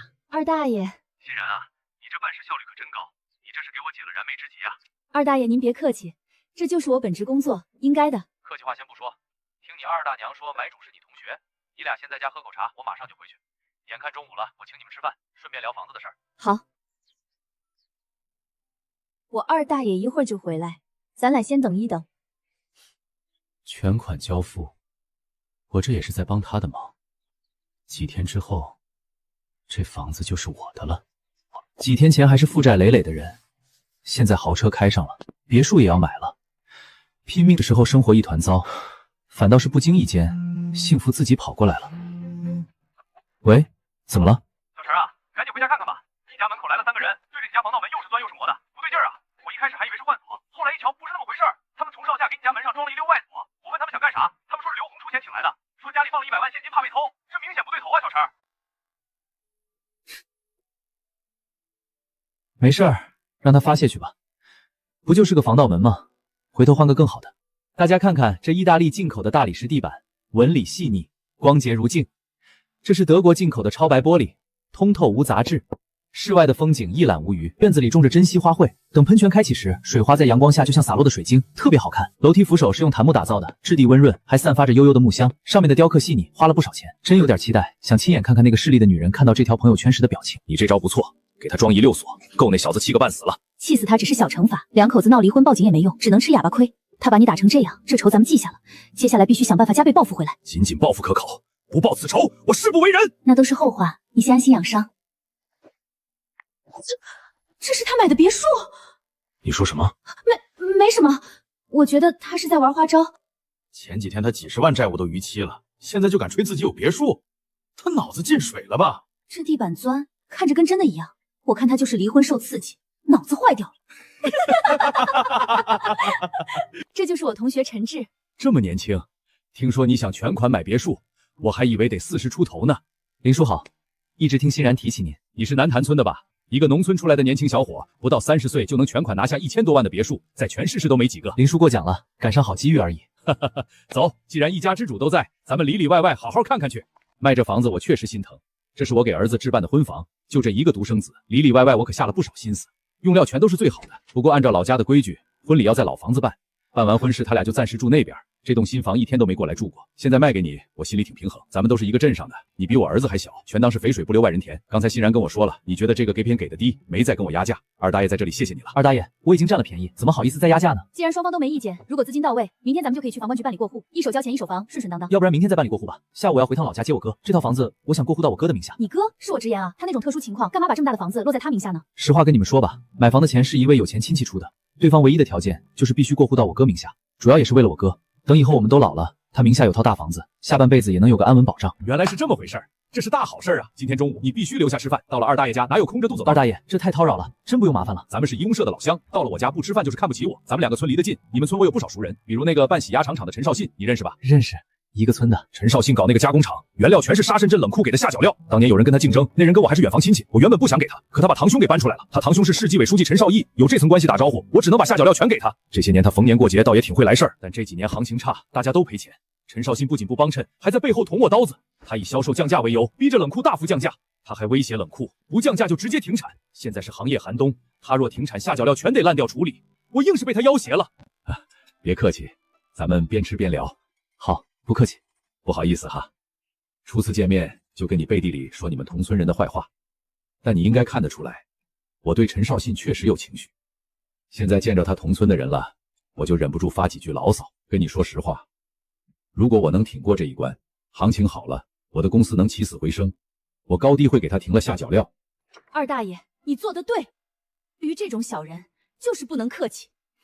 你说的很对，虽然说做生意就是为了追求利润，但也不能为了利润背刺盟友。二大爷，陈志可是我们这些同学当中的高材生，他是北理工的研究生，他学的那个专业在京城找工作很好找，第一份工作在力冠汽车，刚入职就20万年薪。后来听同学们说，你又跳槽去了吉鹏汽车。没错，我们整个团队都跳槽去了吉鹏汽车。可去年吉鹏汽车原地解散，所以我们全都失业了。那这么说，你现在是失业状态？他说买别墅的钱是他家亲戚出的，房子要过到他哥哥名下，失业还能买别墅，倒也说得过去了。咱们2个村离着不远，你们村里我有好多熟人。我爸叫陈少林啊。陈少信，原来是你的二叔啊！小陈啊，不好意思，刚才当着你的面说你二叔坏话，得罪了。我跟你爸没打过交道，不过以前你爸可是名人，那时候的运输专业户啊。听我爸说，我们家发的挺早的。现在我的公司一天就要赔10几万，就卖你那套2层，能卖470万。您这么大的企业，这波行情持续时间又长，即使把房子卖了，也维持不了多久。这可是我几十年的心血，实在不甘心忙活了大半辈子，到最后就剩下2套房子，所以我要最后一搏，要输就输得干净彻底。养殖行业能活下来，就靠3个字：熬过去。小陈，咱们虽然初次见面，却感觉一见如故。咱们农村出来的，说话喜欢直来直去，也不怕冒昧。我就想问你一下，给你们家买别墅的亲戚应该很有钱，你能不能问问他有没有兴趣买我的尧天集团？当然，我不是想卖高价，只是大和集团他们吃相实在太难看了。现在我就盼着有哪个单位或者有钱的大老板出面买下我的公司，同样给我1个亿，我卖给谁也不会卖给大和集团。只是现在整个社会经济处于下行阶段，而且我们这个行业的寒冬到底还能持续多长时间，谁也说不好。也就是说，除了这个行业的龙头大和集团，我再也找不到第2一家能买我公司的人。现在遇见了你，我这不是就产生了个侥幸的想法，如果你家亲戚有钱，不知道愿不愿意冒这个险。如果他有足够的资金能支撑一段时间，我保证肯定能熬过这波行业寒冬。只要行情变好，那么他的投资就是10几倍的回报。之所以大和集团愿意出价买你的公司，因为就有着成熟的管理和运营资源，他们接手就能继续运营下去。但如果换了其他跟养殖不相关的单位接手，别说现在是行业寒冬，即使行情好，也未必能把你的公司经营起来。我说的对吗？你算是说到点子上了。我既然建议你亲戚考虑我的公司，自然有应对办法，哪怕他对我们这个行业一窍不通，从来没接触过，也不是问题。只要他能拿出1个亿把我的债全还了，而且还有足够资金支撑接下来一段时间的运营费用，其他的比如公司的管理和运营一类，我可以替他打理。也就是说，我跟他这个交易暗中进行，对外绝对保密。公司实际拥有者换了人，但表面上公司还是我的，还是我在经营管理。不光是我，包括我公司的一切人员全部不动，照常运行。按照这个模式，其实比大和集团收购我的公司更有利。当然，对方也不可能完全信任我，至少公司的财务等要害部门要安排自己的人，我最多就是扮演一个高级打工者的身份。我只不过这么一想，你家那位亲戚到底感不感兴趣，有没有这个胆量赌一把，全看人家愿不愿意。小陈，其实我对你家的情况多少有点了解，至少知道你二叔跟你们家不和，他也曾经明确跟我说过，他跟大哥一家早就不来往了。当然那是你们的家事，我不该多话。之所以跟你提起来，是想告诉你，至少在沙溪镇和长明县还反不了你二叔。我虽然公司快倒闭了，但在咱那儿还有点势力。我大概猜到了，是哪个亲戚给他家出钱买别墅。这你也能猜到？你对他们家有这么了解吗？我也是听陈少信说的，他那人最喜欢扯虎皮做大旗，故意说起他们家有钱有势的亲戚。二姐夫是顶级伟业地产老板，身价上千亿。也就是说，陈志的二姑随便拿出几百万给他弱智的侄子买套房子，那不是很简单的事儿吗？好容易出来了，那么着急回去干嘛？你来找我不是有2个目的吗？一个是卖房子，一个是买房子。现在买房子的事我给你们谈成了，卖房子也要抓紧时间落实。你看我二大爷家的别墅收拾得多好，拎包就能入住。他自己家1天没住，全便宜你小子了。只要明天办了过户，你和你媳妇儿啥都不用带，抱着铺盖卷直接过来住就行了。现在过去看房子肯定没问题，只不过我手头还有点事。刚才新宇给我发信息，昨天我说今天打算要回趟老家，他让我把往医院送的那些鸡奶啥的礼物给他带回老家去。这事儿还挺急的，他说今下午就要办理出院了，所以我得赶紧过去一趟。要不然我先送你回去，再去医院，然后明天上午过户，下午咱俩去我家看房子，怎么样？陈新宇住院了，就他那5大3粗的体格，给他2棍子都打不死，竟然还能住院，啥病啊？小毛病，就是送货的时候不小心磕了一下，伤的也不严重，住几天就好了。今天下午这不是就要出院了吗？你今下午是不是还有急事？干嘛走得这么急？哎，就是有急事，快，赶快过来看一眼，然后就走。算了吧你，那个叫陈志的大帅哥是又高又帅，身材还特别的棒，但也没帅到看一眼就能让人醉了的地步吧？我还不知道你那天跟他一块上来看人家开着一辆新奥迪，是那辆新的豪车，让你醉了吧？算了算了，别胡说了，人家都是有老婆的人了，咱也就是看看，过过眼瘾罢了。高富帅陈志，分明就是那个为了骗我离婚费尽心思搞花样的大混蛋。离婚证还没拿到手，就诱骗了个良家妇女，还手拉手来医院看心雨。我倒要看看那个美女长啥样。难道这混蛋不但要骗色，还要骗财？那100万，怕不就是从这个女的手里借出来的？你这是怎么了？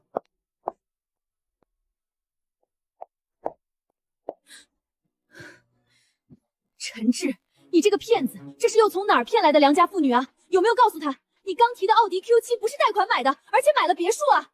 这些谎言你还准备骗多少人？这都是说的什么？陈志买别墅没骗人啊，是我帮他去看的。刘红，你个贱人还好意思在这里出现！我已经找你好几天了，看我今天不生撕了你！你想干什么？老娟，你站住！这是医院，都是病人，你大呼小叫的干嘛？走廊里全是监控，你要先动手，肯定被他赖上。你站好看我的。我数到3，你立马给我滚，要不然我会让那个病房里的混蛋再复习一遍2条胳膊怎么是怎么断的。1、2。你给我等着！那是谁呀？我怎么看着这么像陈志的媳妇儿？不是他是谁？贱人，十足的贱人！这是怎么回事啊？是不是咱俩一块让你媳妇儿误会了？临欣染艳，闭嘴吧，你这个大嘴娟！赶紧帮着把东西送下去，我今儿下午还有事儿呢。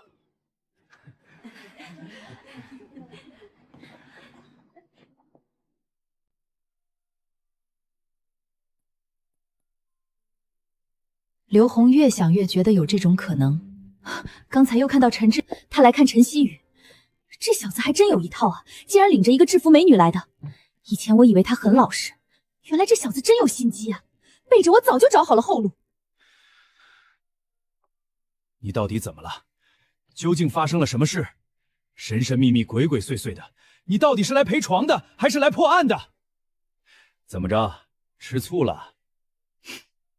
我呸！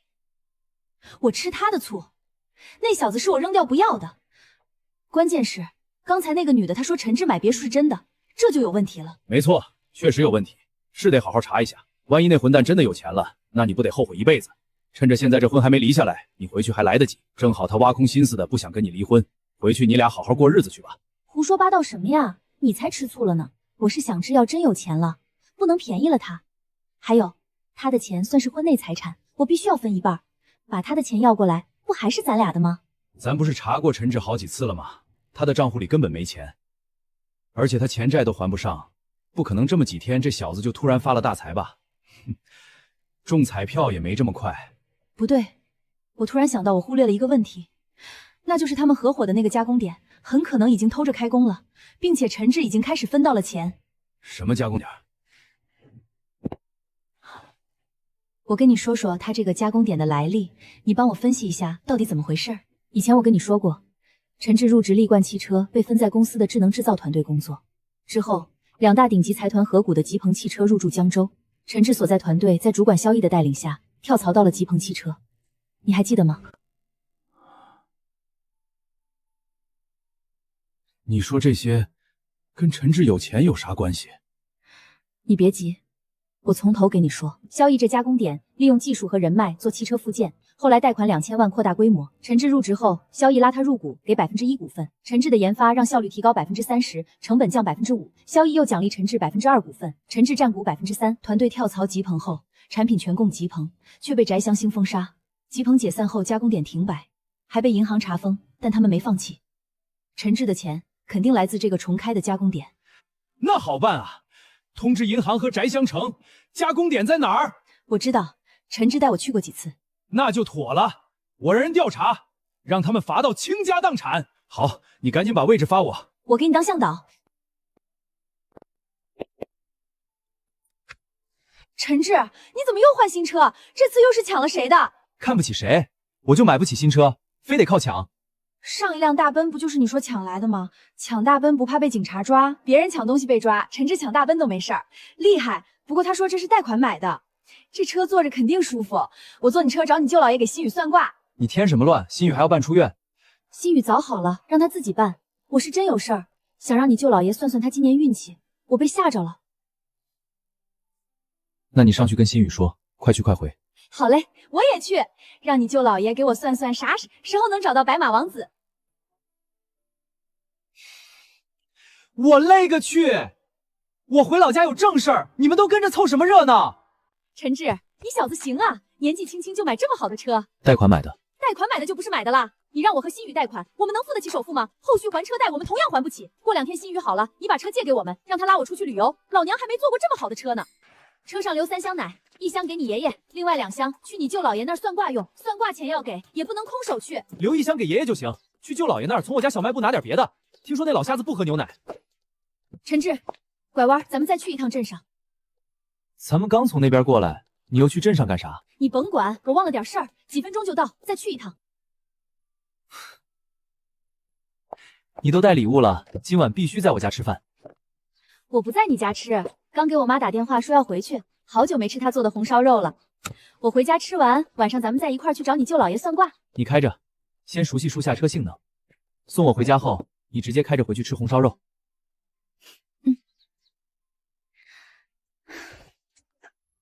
我刚问妍妍了，他们还没喝完。年轻人玩起来就忘了时间，中午这顿饭还没吃完呢。吃那么久，这么说陈少廷一直在酒店陪着他们？陪着？那就陈少廷天美跟那熊样还能上桌？他是在那伺候就完了。等他们研究妍妍妍希人地人甩念着亲情，不像陈志那死孩子无情无义。妍妍真是有人情味儿。二女婿段霄更有本事，周围好几个村的养殖户都听他的，真是个大能人。少里这一切全是他儿子陈志害的。陈志把他们朋友的耳朵给拽祸了。陈志惹这么大祸，让陈少礼去赔礼道歉，已经是网开一面，给天大恩情了。上次回来打我的脸，打死狗，这次更是让妍妍和女婿闹翻。这个混蛋！金菊姐，那个陈志听又回来了。别提那个混蛋，回来又怎样？晚上有他好看。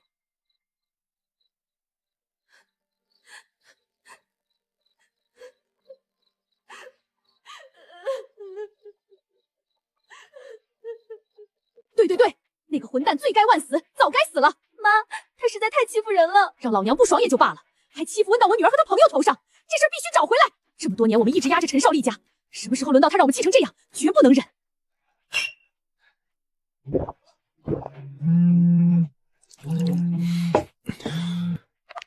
喂，正陪客人呢，啥事儿？还不赶紧回家看看，老婆都要被人欺负死了，我们活不了了！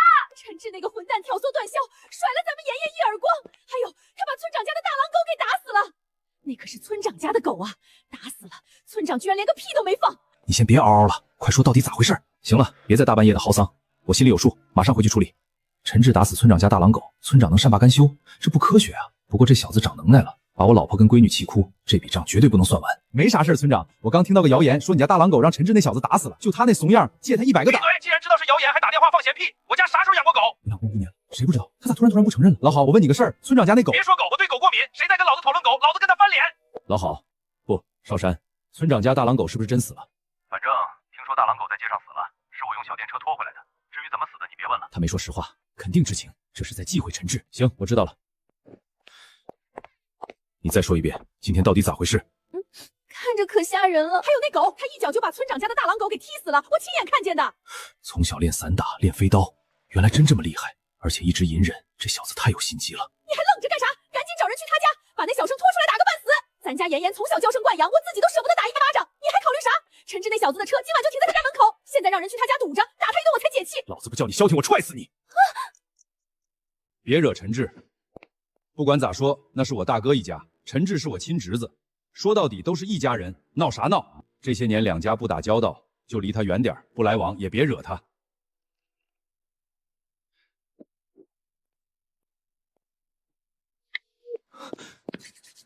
去给陈岩道歉。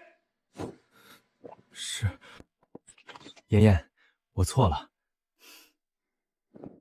一句错了就行了，以后呢？陈志已经开着车回江州去了。陈少礼还一瘸一拐的提着些水果让他带上，说是给儿媳妇吃。儿媳妇个屁！那小子早就离婚了。昨天你没见他都已经找好下家了吗？不过陈志走了也算个好消息，跑了和尚跑不了庙，这账就跟陈少礼好好算算。从陈少礼身上找回场子，比从陈志身上容易，没啥风险，效果还一样，甚至更解气。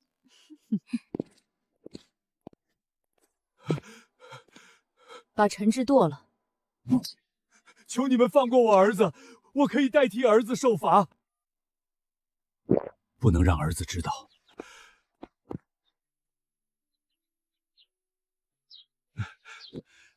绍兴一家都没说什么，就是他家女婿段霄不依不饶的说陈志让他没面子，以后小弟都没法带了。唯一的办法是在镇上绿之园大酒店摆一桌，让你去给大家敬酒赔礼道歉。当然，那桌景菜钱得你出，只有取得他那些小兄弟们的谅解，这事儿才算过去。陈少李玫瑰就是在旁边伺候着，一条腿长一条腿短，根本站不住，站那两条腿一直倒腾，看起来痛苦极了。你们再等一等吧。刚才妍妍打电话了，说他们已经开始吃饭，喝完了，马上就要散了。那个瘸子很快也就回来了。咱们等了一下午，不就为了看看他那熊样吗？我就好奇他会不会哭着回来。别走啊，等着看完好戏再回去做饭也不迟。车上坐的那不是陈志吗？怎么开车的又是个女的？哎，对呀，是个女的，不是上次拉他来的那个了。怎么又换了一个？不是说陈志离了婚又想跟前女友结婚吗？难道不要女友了？这又换了个新的。车上坐的真的是陈志啊！这可是奥迪哎，这得多少钱啊？是啊是啊，这车一看就特别贵，看看这车真的好大呀！大就贵啊，那棺材还大，是不是棺材也得很贵？快别说了，生气了。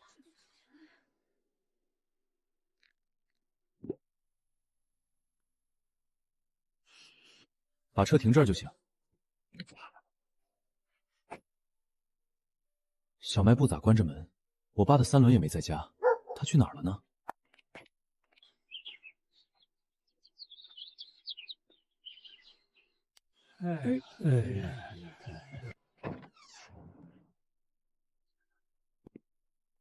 咱爸呢？他干啥去了？小智，你回来了，又给我买啥好吃的了？有没有买枪啊？有，都在车上。我问你，咱爸去哪儿了？咱爸到镇上去了，他说要去吃饭，我中午自己吃的。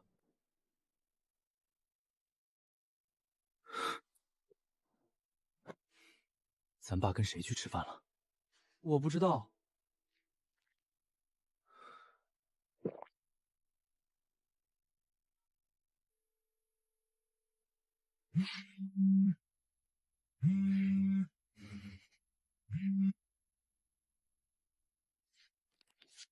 不行，爸一定是出事了，我得去找他。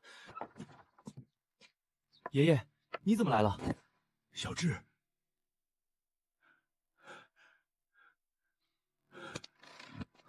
三爷爷，怎么了？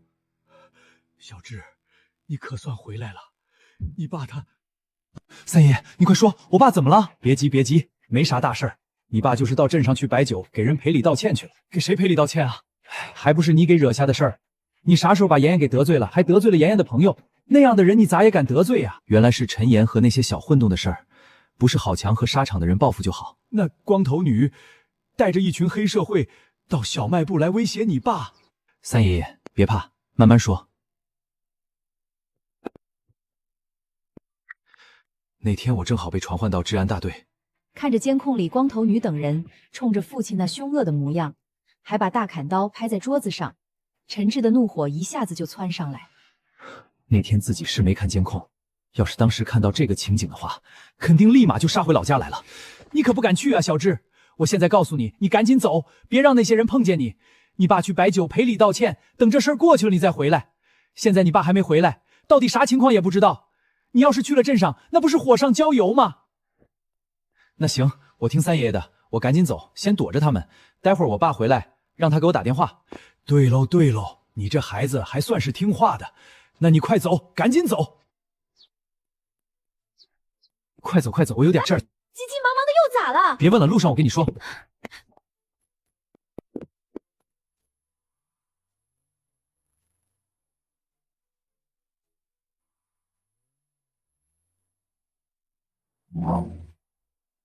他妈的，有爹生没娘教的东西，是不是长这么大没开过车啊？开那么快，赶着去投胎吗？看来这个也不是刚勾搭上的，那亲热劲儿，一看就是老情人了。现在年轻人都很开放，头一天认识就能睡到一个被窝里去，拉拉扯扯的还不熟门熟路。陈知道底有多少女人啊？这刚离了一个，前几天带回来一个，今天又带回一个，光我知道这就3个了。到了路上咋不撞死你？怎么了？发生什么事了？我前几天得罪了几个小混混，那些混蛋不敢对我咋样，竟然欺负我爸，让我爸去镇上酒店摆酒，给他们赔礼道歉。中午去的，到现在还没回来。我爸身体本来有残疾，这都好几个小时了，还不知道受了啥样的折磨呢。那你一个人过去？既然是一伙小混混，陈志过去，万一再爆发冲突，能应付得了吗？要不然还是报警吧。现在是法治社会，公安机关不会任由那些人胡作非为。我知道劝你冷静，你肯定不爱听，可咱们现在最重要的是让大叔少受点伤害。你要是冲进去再跟他们打起来，事情越闹越大，最后受伤最深的还是大叔。我没那么冲动，我也考虑联系保安，不过得先去酒店看看究竟什么情况。什么都不知道就打电话，穿便衣的相关工作人员问起来，我们怎么说？对，先把情况弄清楚。你不方便进去的话，我进去看看。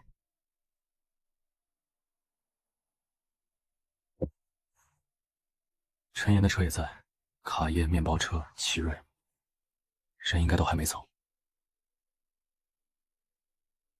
爸午饭前就来了，几个小时过去，他们绝不会让他舒舒服服坐着。越看出他腿脚不方便，那些人越会故意折磨他。不能冲动，少让家人受伤，给对方最大的打击。事情结束后，自己还能全身而退。这3条，一条都不能乱。只能麻烦你进去看看，门口那辆破3轮是我爸的，你就说是我家亲戚，问问他们为什么喝到现在还没散。里面有一群混子，你怕不怕？放心吧，我没那么胆小，我又没招惹他们，他们怎么问你自己拿捏，问到多少算多少，但千万别进包间。我知道，不进去。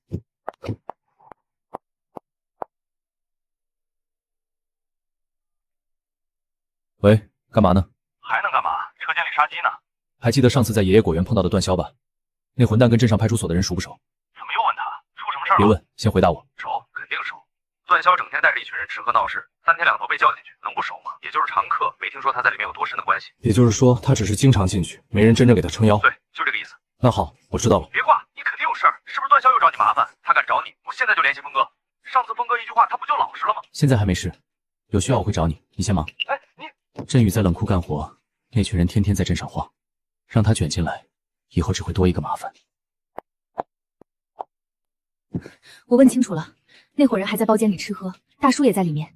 他们从中午一直喝到现在，酒店服务员都没法正常下班，还得专门留人伺候。前台说他们经常来闹事，这次带着一个瘸腿中年人，一进门就对他1566，进了包间还把真正的服务员赶出去，让大叔给他们端茶倒酒。他们还一次次让大叔楼上楼下跑，给他们拿烟要酒，明知道他腿脚不好，还是故意使唤他。楼上的服务员说，大叔根本站不住，一直求他们让自己坐一会儿，哪怕蹲在地上歇一下也行。可那些人就是不行，还非逼着他要食。没事，咱们不是已经赶回来了吗？先去报警，赶紧把叔叔救出来。好，先去派出所。我父亲腿脚残疾，现在被段霄那伙人扣在绿之源酒店，他们逼他承担酒席费用，还一直侮辱折腾他。之前他们已经带着刀具到我家里闹过。这不是那个荧光蛋吗？你说的荧光蛋，就是这个光头女人。对，她外号就叫荧光蛋，是我们这里的常客。怎么回事？董所，他们来报案，涉嫌敲诈勒索，又是荧光蛋那伙人，主要组织者应该是段霄，他们现在都在绿之源酒店，一猜就是这些人。叫上个人，我带队过去。你开我的车先回家，红烧肉还等着呢，我跟警察过去。事情还没结束，我怎么可能放心走？你去了也帮不上忙，反而让我分心。有警察处理，你放心，回去等消息。段霄他们之前就因为家里的事和我结了仇，这次他们把我父亲骗到酒店，故意点高消费，逼他结账。光头女还带人到小卖部闹过他。画面里这个腿脚不方便的人就是你父亲？对。他的腿怎么回事？我爸的腿多年前被人打伤以后就成了这样，后来怎么处理的？还能怎么处理？求告无门，最后不了了之。把人打成残疾，最后居然没人负责。这件事说来话长，以后有机会我再详细跟你说。好，先把今天的人救出来，至少不像和郝强他们称兄道弟的人。先看董所怎么安排。就在这里停，你们几个留在外面盯住酒店出口。段霄那伙人一旦出来，全部留在原地等候调查，不能让任何人离开。我先进去问情况。等一下。你们把手机都交给我，行动结束后再还。董所，您是不是太谨慎了？就段霄和荧光弹那些人，还值得我们给他们通风报信儿？不交也可以，但只要消息提前走漏，你们几个都会被列入调查范围。我会把情况如实上报，到底交不交？周围有好几个摄像头，不要做多余动作，按刚才的安排盯住出口，一切行动听指挥。我们来了解段霄那桌的情况，里面是不是有一名腿脚不方便的老人？有，他们一直在欺负那个叔叔，我们看着都生气了。他们那桌本来就是最高档的结束了，刚才又要香6装的绵柔浓型白酒，还加了6条烟，看样子准备全部打包带走。先别动，情况已经清楚了。他们这一桌现在消费多少了？已经6800了，后加的烟酒还没有拿走。包间里面没有监控，所有包间都不装监控，只有大厅、楼梯和走廊有。带我们去监控室。他们进酒店的时候，在这个大厅摄像头里。从他们进店开始，所有经过大厅和楼梯的画面都保留下来。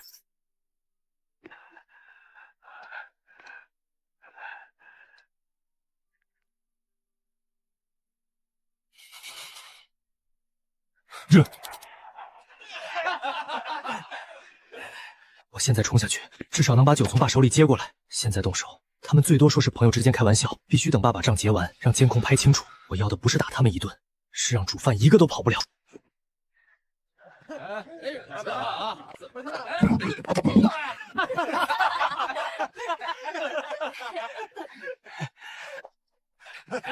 爸年轻的时候也曾是十里八村最风光的人，现在为了不让我出事，别人怎么欺负他，他都只能笑着忍。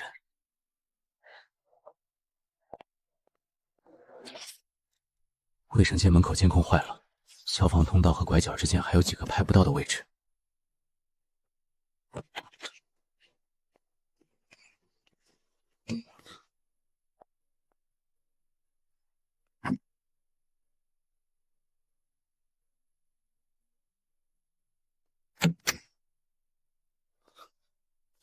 陈志，你怎么进来的？让我爸替你买单，很有意思。明知道他腿脚不方便，还让他跑了几个小时，你是不是觉得特别威风？6800打包烟酒，让我爸给你们跑腿，这才只是开始。喜欢欺负别人是吗？今天的滋味，你给我记清楚。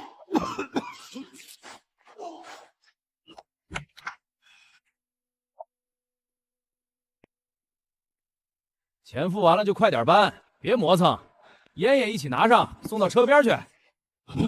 小智，你怎么来了？陈志，我今天跟你没完！小智，快躲开！一起上，不然让别人跑了！让监控拍清楚，是他们先迟到，先围攻。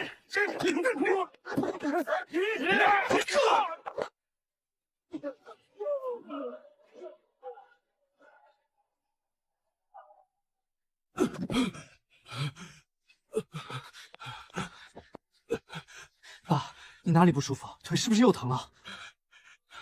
陈志，你敢把我的朋友打成这样，你完了！闭嘴！这是你亲大伯，你带着外人这样对他，还有没有一点人性？今天的事，你必须承担责任。警察，就是他打我，还把我朋友都打伤了。闭嘴！双手抱头，原地蹲下。你到底是不是这里的警察？你知道我爸是谁吗？你们朱所长经常去我家。妨碍现场处置，继续抗拒命令，先把你控制起来。能听到我说话吗？绿致远酒店1楼，多名人员受伤，其中1人手臂伤势较重，请立即派救护车。去外面通知警车，让所有人进来，先控制现场。这里刚才发生什么了？是那个光头女人先拿刀冲过去的，刀掉了以后，其他人又一起围上去。陈先生一直往监控能拍到的地方退。一个人挡住这么多人，先救人，控制现场，其他事情回去调查。我胸口疼，得去医院，我也走不了。全部检查，一个都不漏，一个都不能漏。你们2个跟车过去，检查治疗结束后，把涉事人员全部带回所里接受调查，明白？等一下，段笑呢？刚才好像看见他往卫生间那边去了，之后就没再出来。监控里也是那个方向。看住现场，我去卫生间。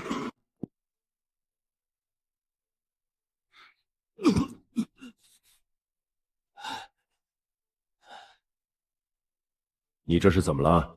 喝多了吧？是陈志，是陈志那混蛋把我打成这样的。你能自己走出来吗？我走不了，我站不起来。那混蛋快要把我打死了。卫生院救护车再来一趟，酒店这边还有个人动不了。段晓，不行，他太沉了，得推担架车进来。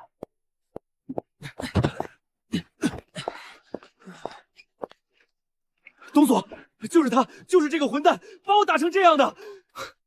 我自从过来就和董所在一块儿，什么时候能把你打成这样？这混蛋是脑子喝坏了吗？被谁打的都不知道了。小智，不会真是你打的吧？爸，我倒希望是我打的。要是那会儿让我逮到这混蛋，我一定会让他老实闭嘴，还能让他在这儿瞎叫唤。你们跟我一起走吧，去派出所做个笔录，把他也放到3轮上，一块带过去。不行，论血缘关系，这个人是我的堂妹，但就今天这事，他也是主犯之一。我爸瘸着腿，那个情况你也看到了，亲侄女竟然用这种方式折磨他的亲大伯，这是个毫不由人性的禽兽，我绝对不会让他上我爸的3轮车。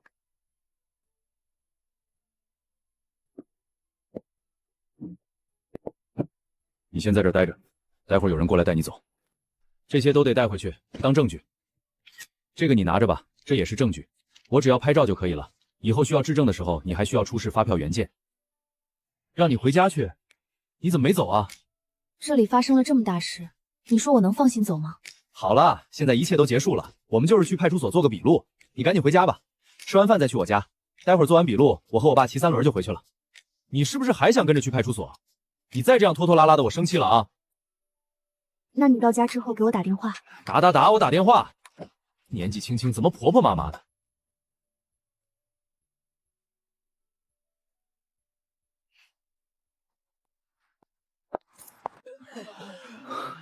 陈志，你没事吧？我报警了。别进来，站门口就行。这现在怎么办？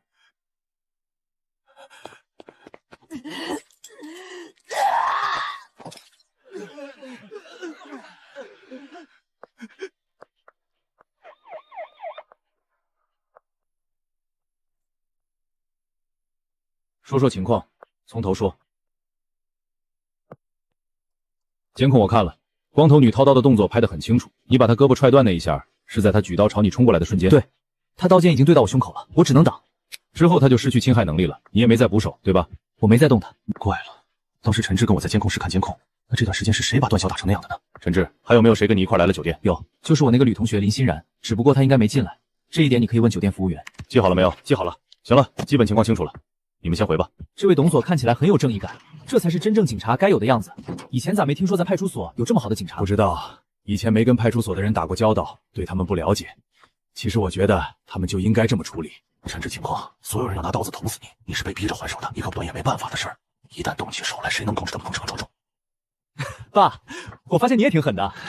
这人啊，不分男女，基本上就没人性了。爸，我得对你刮目相看了。跟你说实话，上回我回来把郝强家的狗给踢死了，还把郝顺打了一顿。我当时就下定决心，以后再也不忍了，不管谁欺负咱们，一定要打回去。但我最担心的就是会给你带来伤害，让你整天提心吊胆，怕他们报复。可现在听你这口气，感觉扬眉吐气的成分居多啊。那天跟今天心态不一样了。那天你打了郝顺，打死了郝强家的狗，我确实是害怕的成分居多。但是今天妍妍他们对我干的这事儿，把我伤透了。老爸，你说的真好，那咱们就这么定了。爸，如果以后我出了什么事儿，比如被派出所抓走之类的，你就按这个号码给丁浩伟打电话。这个丁浩伟就是咱们的底气。你刚才也看到给咱们做笔录的这个副所长了。我跟你说，我那个同学跟这个副所长差不多性格，不但有正义心，而且正气凛然，那才是真正警察该有的样子。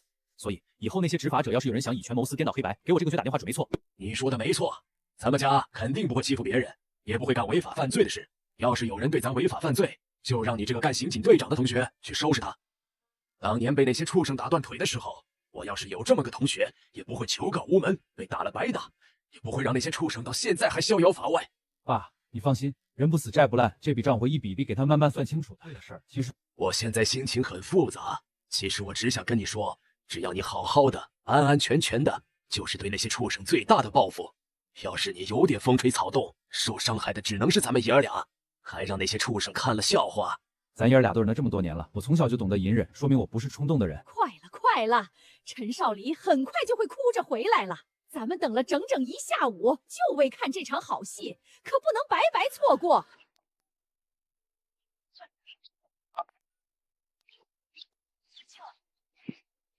别是陈志找到镇上去跟他们打起来了吧？你在哪儿？在厂里吗？那你去绿之源大酒店一趟，看看妍妍和小段他们还在不在那儿。刚才我给他们打电话都不接，不正常。主要是他们从中午就去酒店了，怎么会喝到现在呢？而且刚才我看着陈志开着车像飞一样出村了，这个应该没什么关系，就是陈少离也在酒店，跟妍妍他们一块儿呢。你们一群成事不足坏事有余的东西！我那天千叮咛万嘱咐让你们别去惹他，别理他就行，干嘛你们非要去招惹啊？说刚才陈志开着车像飞一样出村去了，还用问吗？肯定是到绿之源酒店找他们算账去了。这下有麻烦。喂，老张，老张，为了什么呀？打，就知道打电话。你知道你们都干了什么事儿吗？妍妍在派出所铐着呢。怎么能这样啊？干嘛要抓咱家妍妍啊？妍妍从小没吃过苦，什么她还铐着呀？那得多受罪呀！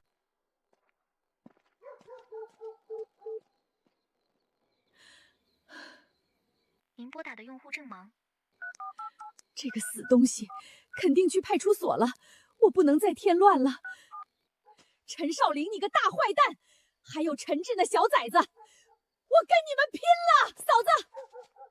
嫂子，你去干嘛呀？现在啥事儿还没弄清楚，你过去了说啥呀？再说了，你又不是没瞧见，这几天陈志那小子跟疯狗似的，见谁打谁。你要去他家，可别让他连你也打了。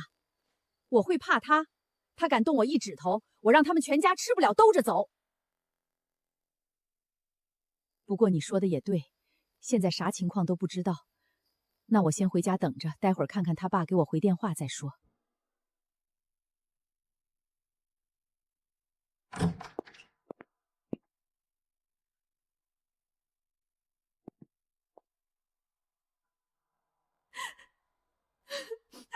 小王，能不能先把我家妍妍放开？她胆儿小，别吓着她。有啥事儿好好说。陈总，不好意思，这事儿我说了不算，你还是赶紧去找所长说说吧。所长在里边吗？刚来不久，所长今晚值班。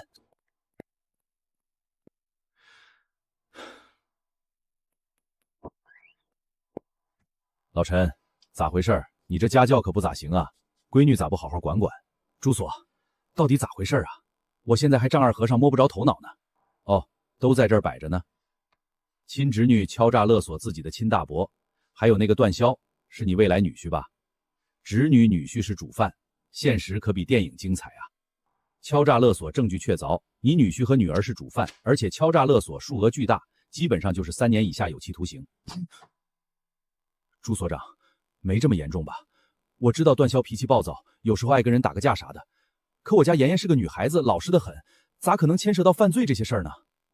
老陈，这事儿没你说的那么简单，看到了吗？基本上都整理好了，就等我签字，明天就要向局里汇报。朱所长，千万不能向上汇报啊！这事你得想办法。妍妍可是咱们看着长大的，咋能眼睁睁看着她被起诉呢？没办法可想。你知道这事最麻烦的地方在哪儿吗？这个案子是董庆明一手抓的，当时他带队出警，敲诈勒索现场所有情况他都亲眼看到了，看到了吗？上面写的清清楚楚，酒店里的监控都拍下来了，人证物证俱在。那些人对现场情况供认不讳，这就是铁案，谁还敢给你想办法？朱所长，咱们总不能就这么放弃吧？不敢想也得想办法，要不我去求求董庆明咋样？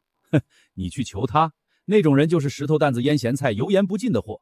别说你去求他了，就是我们局长来压他，怕是也压不住。董庆明刚到沙河镇派出所还不到3个月，以前谁跟谁不都一团和气吗？怎么偏偏是他？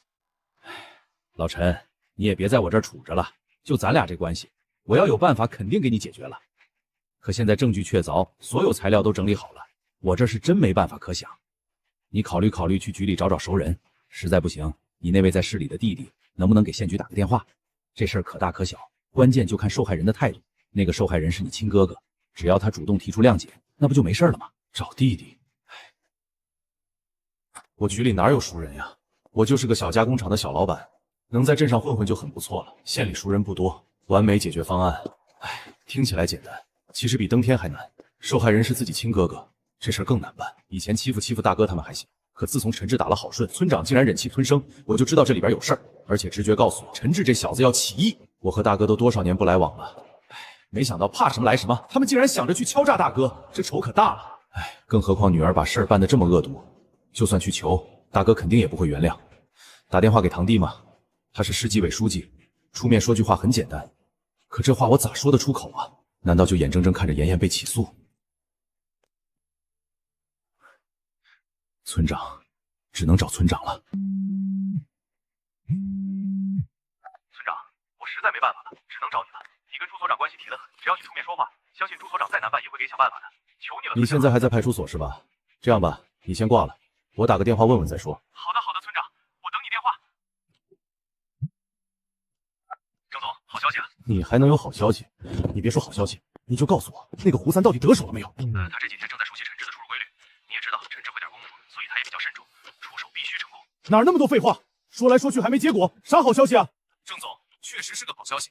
刚才陈少信给我打电话，他闺女和女婿敲诈了陈少礼，现在案子到派出所了，他求我帮忙。我觉得这事儿咱们可以好好利用一下。陈少信不是求咱们帮忙吗？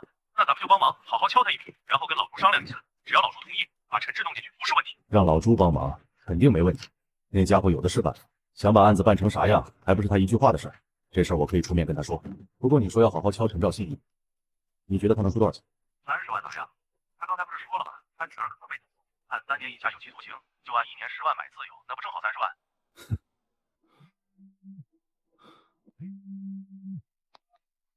怎么样？怎么说？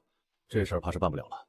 刚才我给打电话问了，说的跟你讲的一样，人证物证俱在，证据确凿，所有材料都准备好了，根本没有回旋的余地。你这事儿啊也是赶巧了。你一定要给我想想办法。刚才不是跟你说过了吗？没法去求我哥，我们兄弟俩的关系这么多年都看在眼里，不是仇人胜似仇人。我不去求他还好，越是去求他，他越来劲儿，没有其他人可找了，只能靠给想想办法。还有沙场的郑总，你们几个整天在一块儿，哪怕再难办的事儿，你说的对啊，你这话倒是提醒了我，真正关系铁的还得是郑总。我跟关系好是好，但是有啥事儿我也得看脸色。可郑总不一样。对呀，那就请郑总出说一下。可是郑总那里也不是那么好说话的。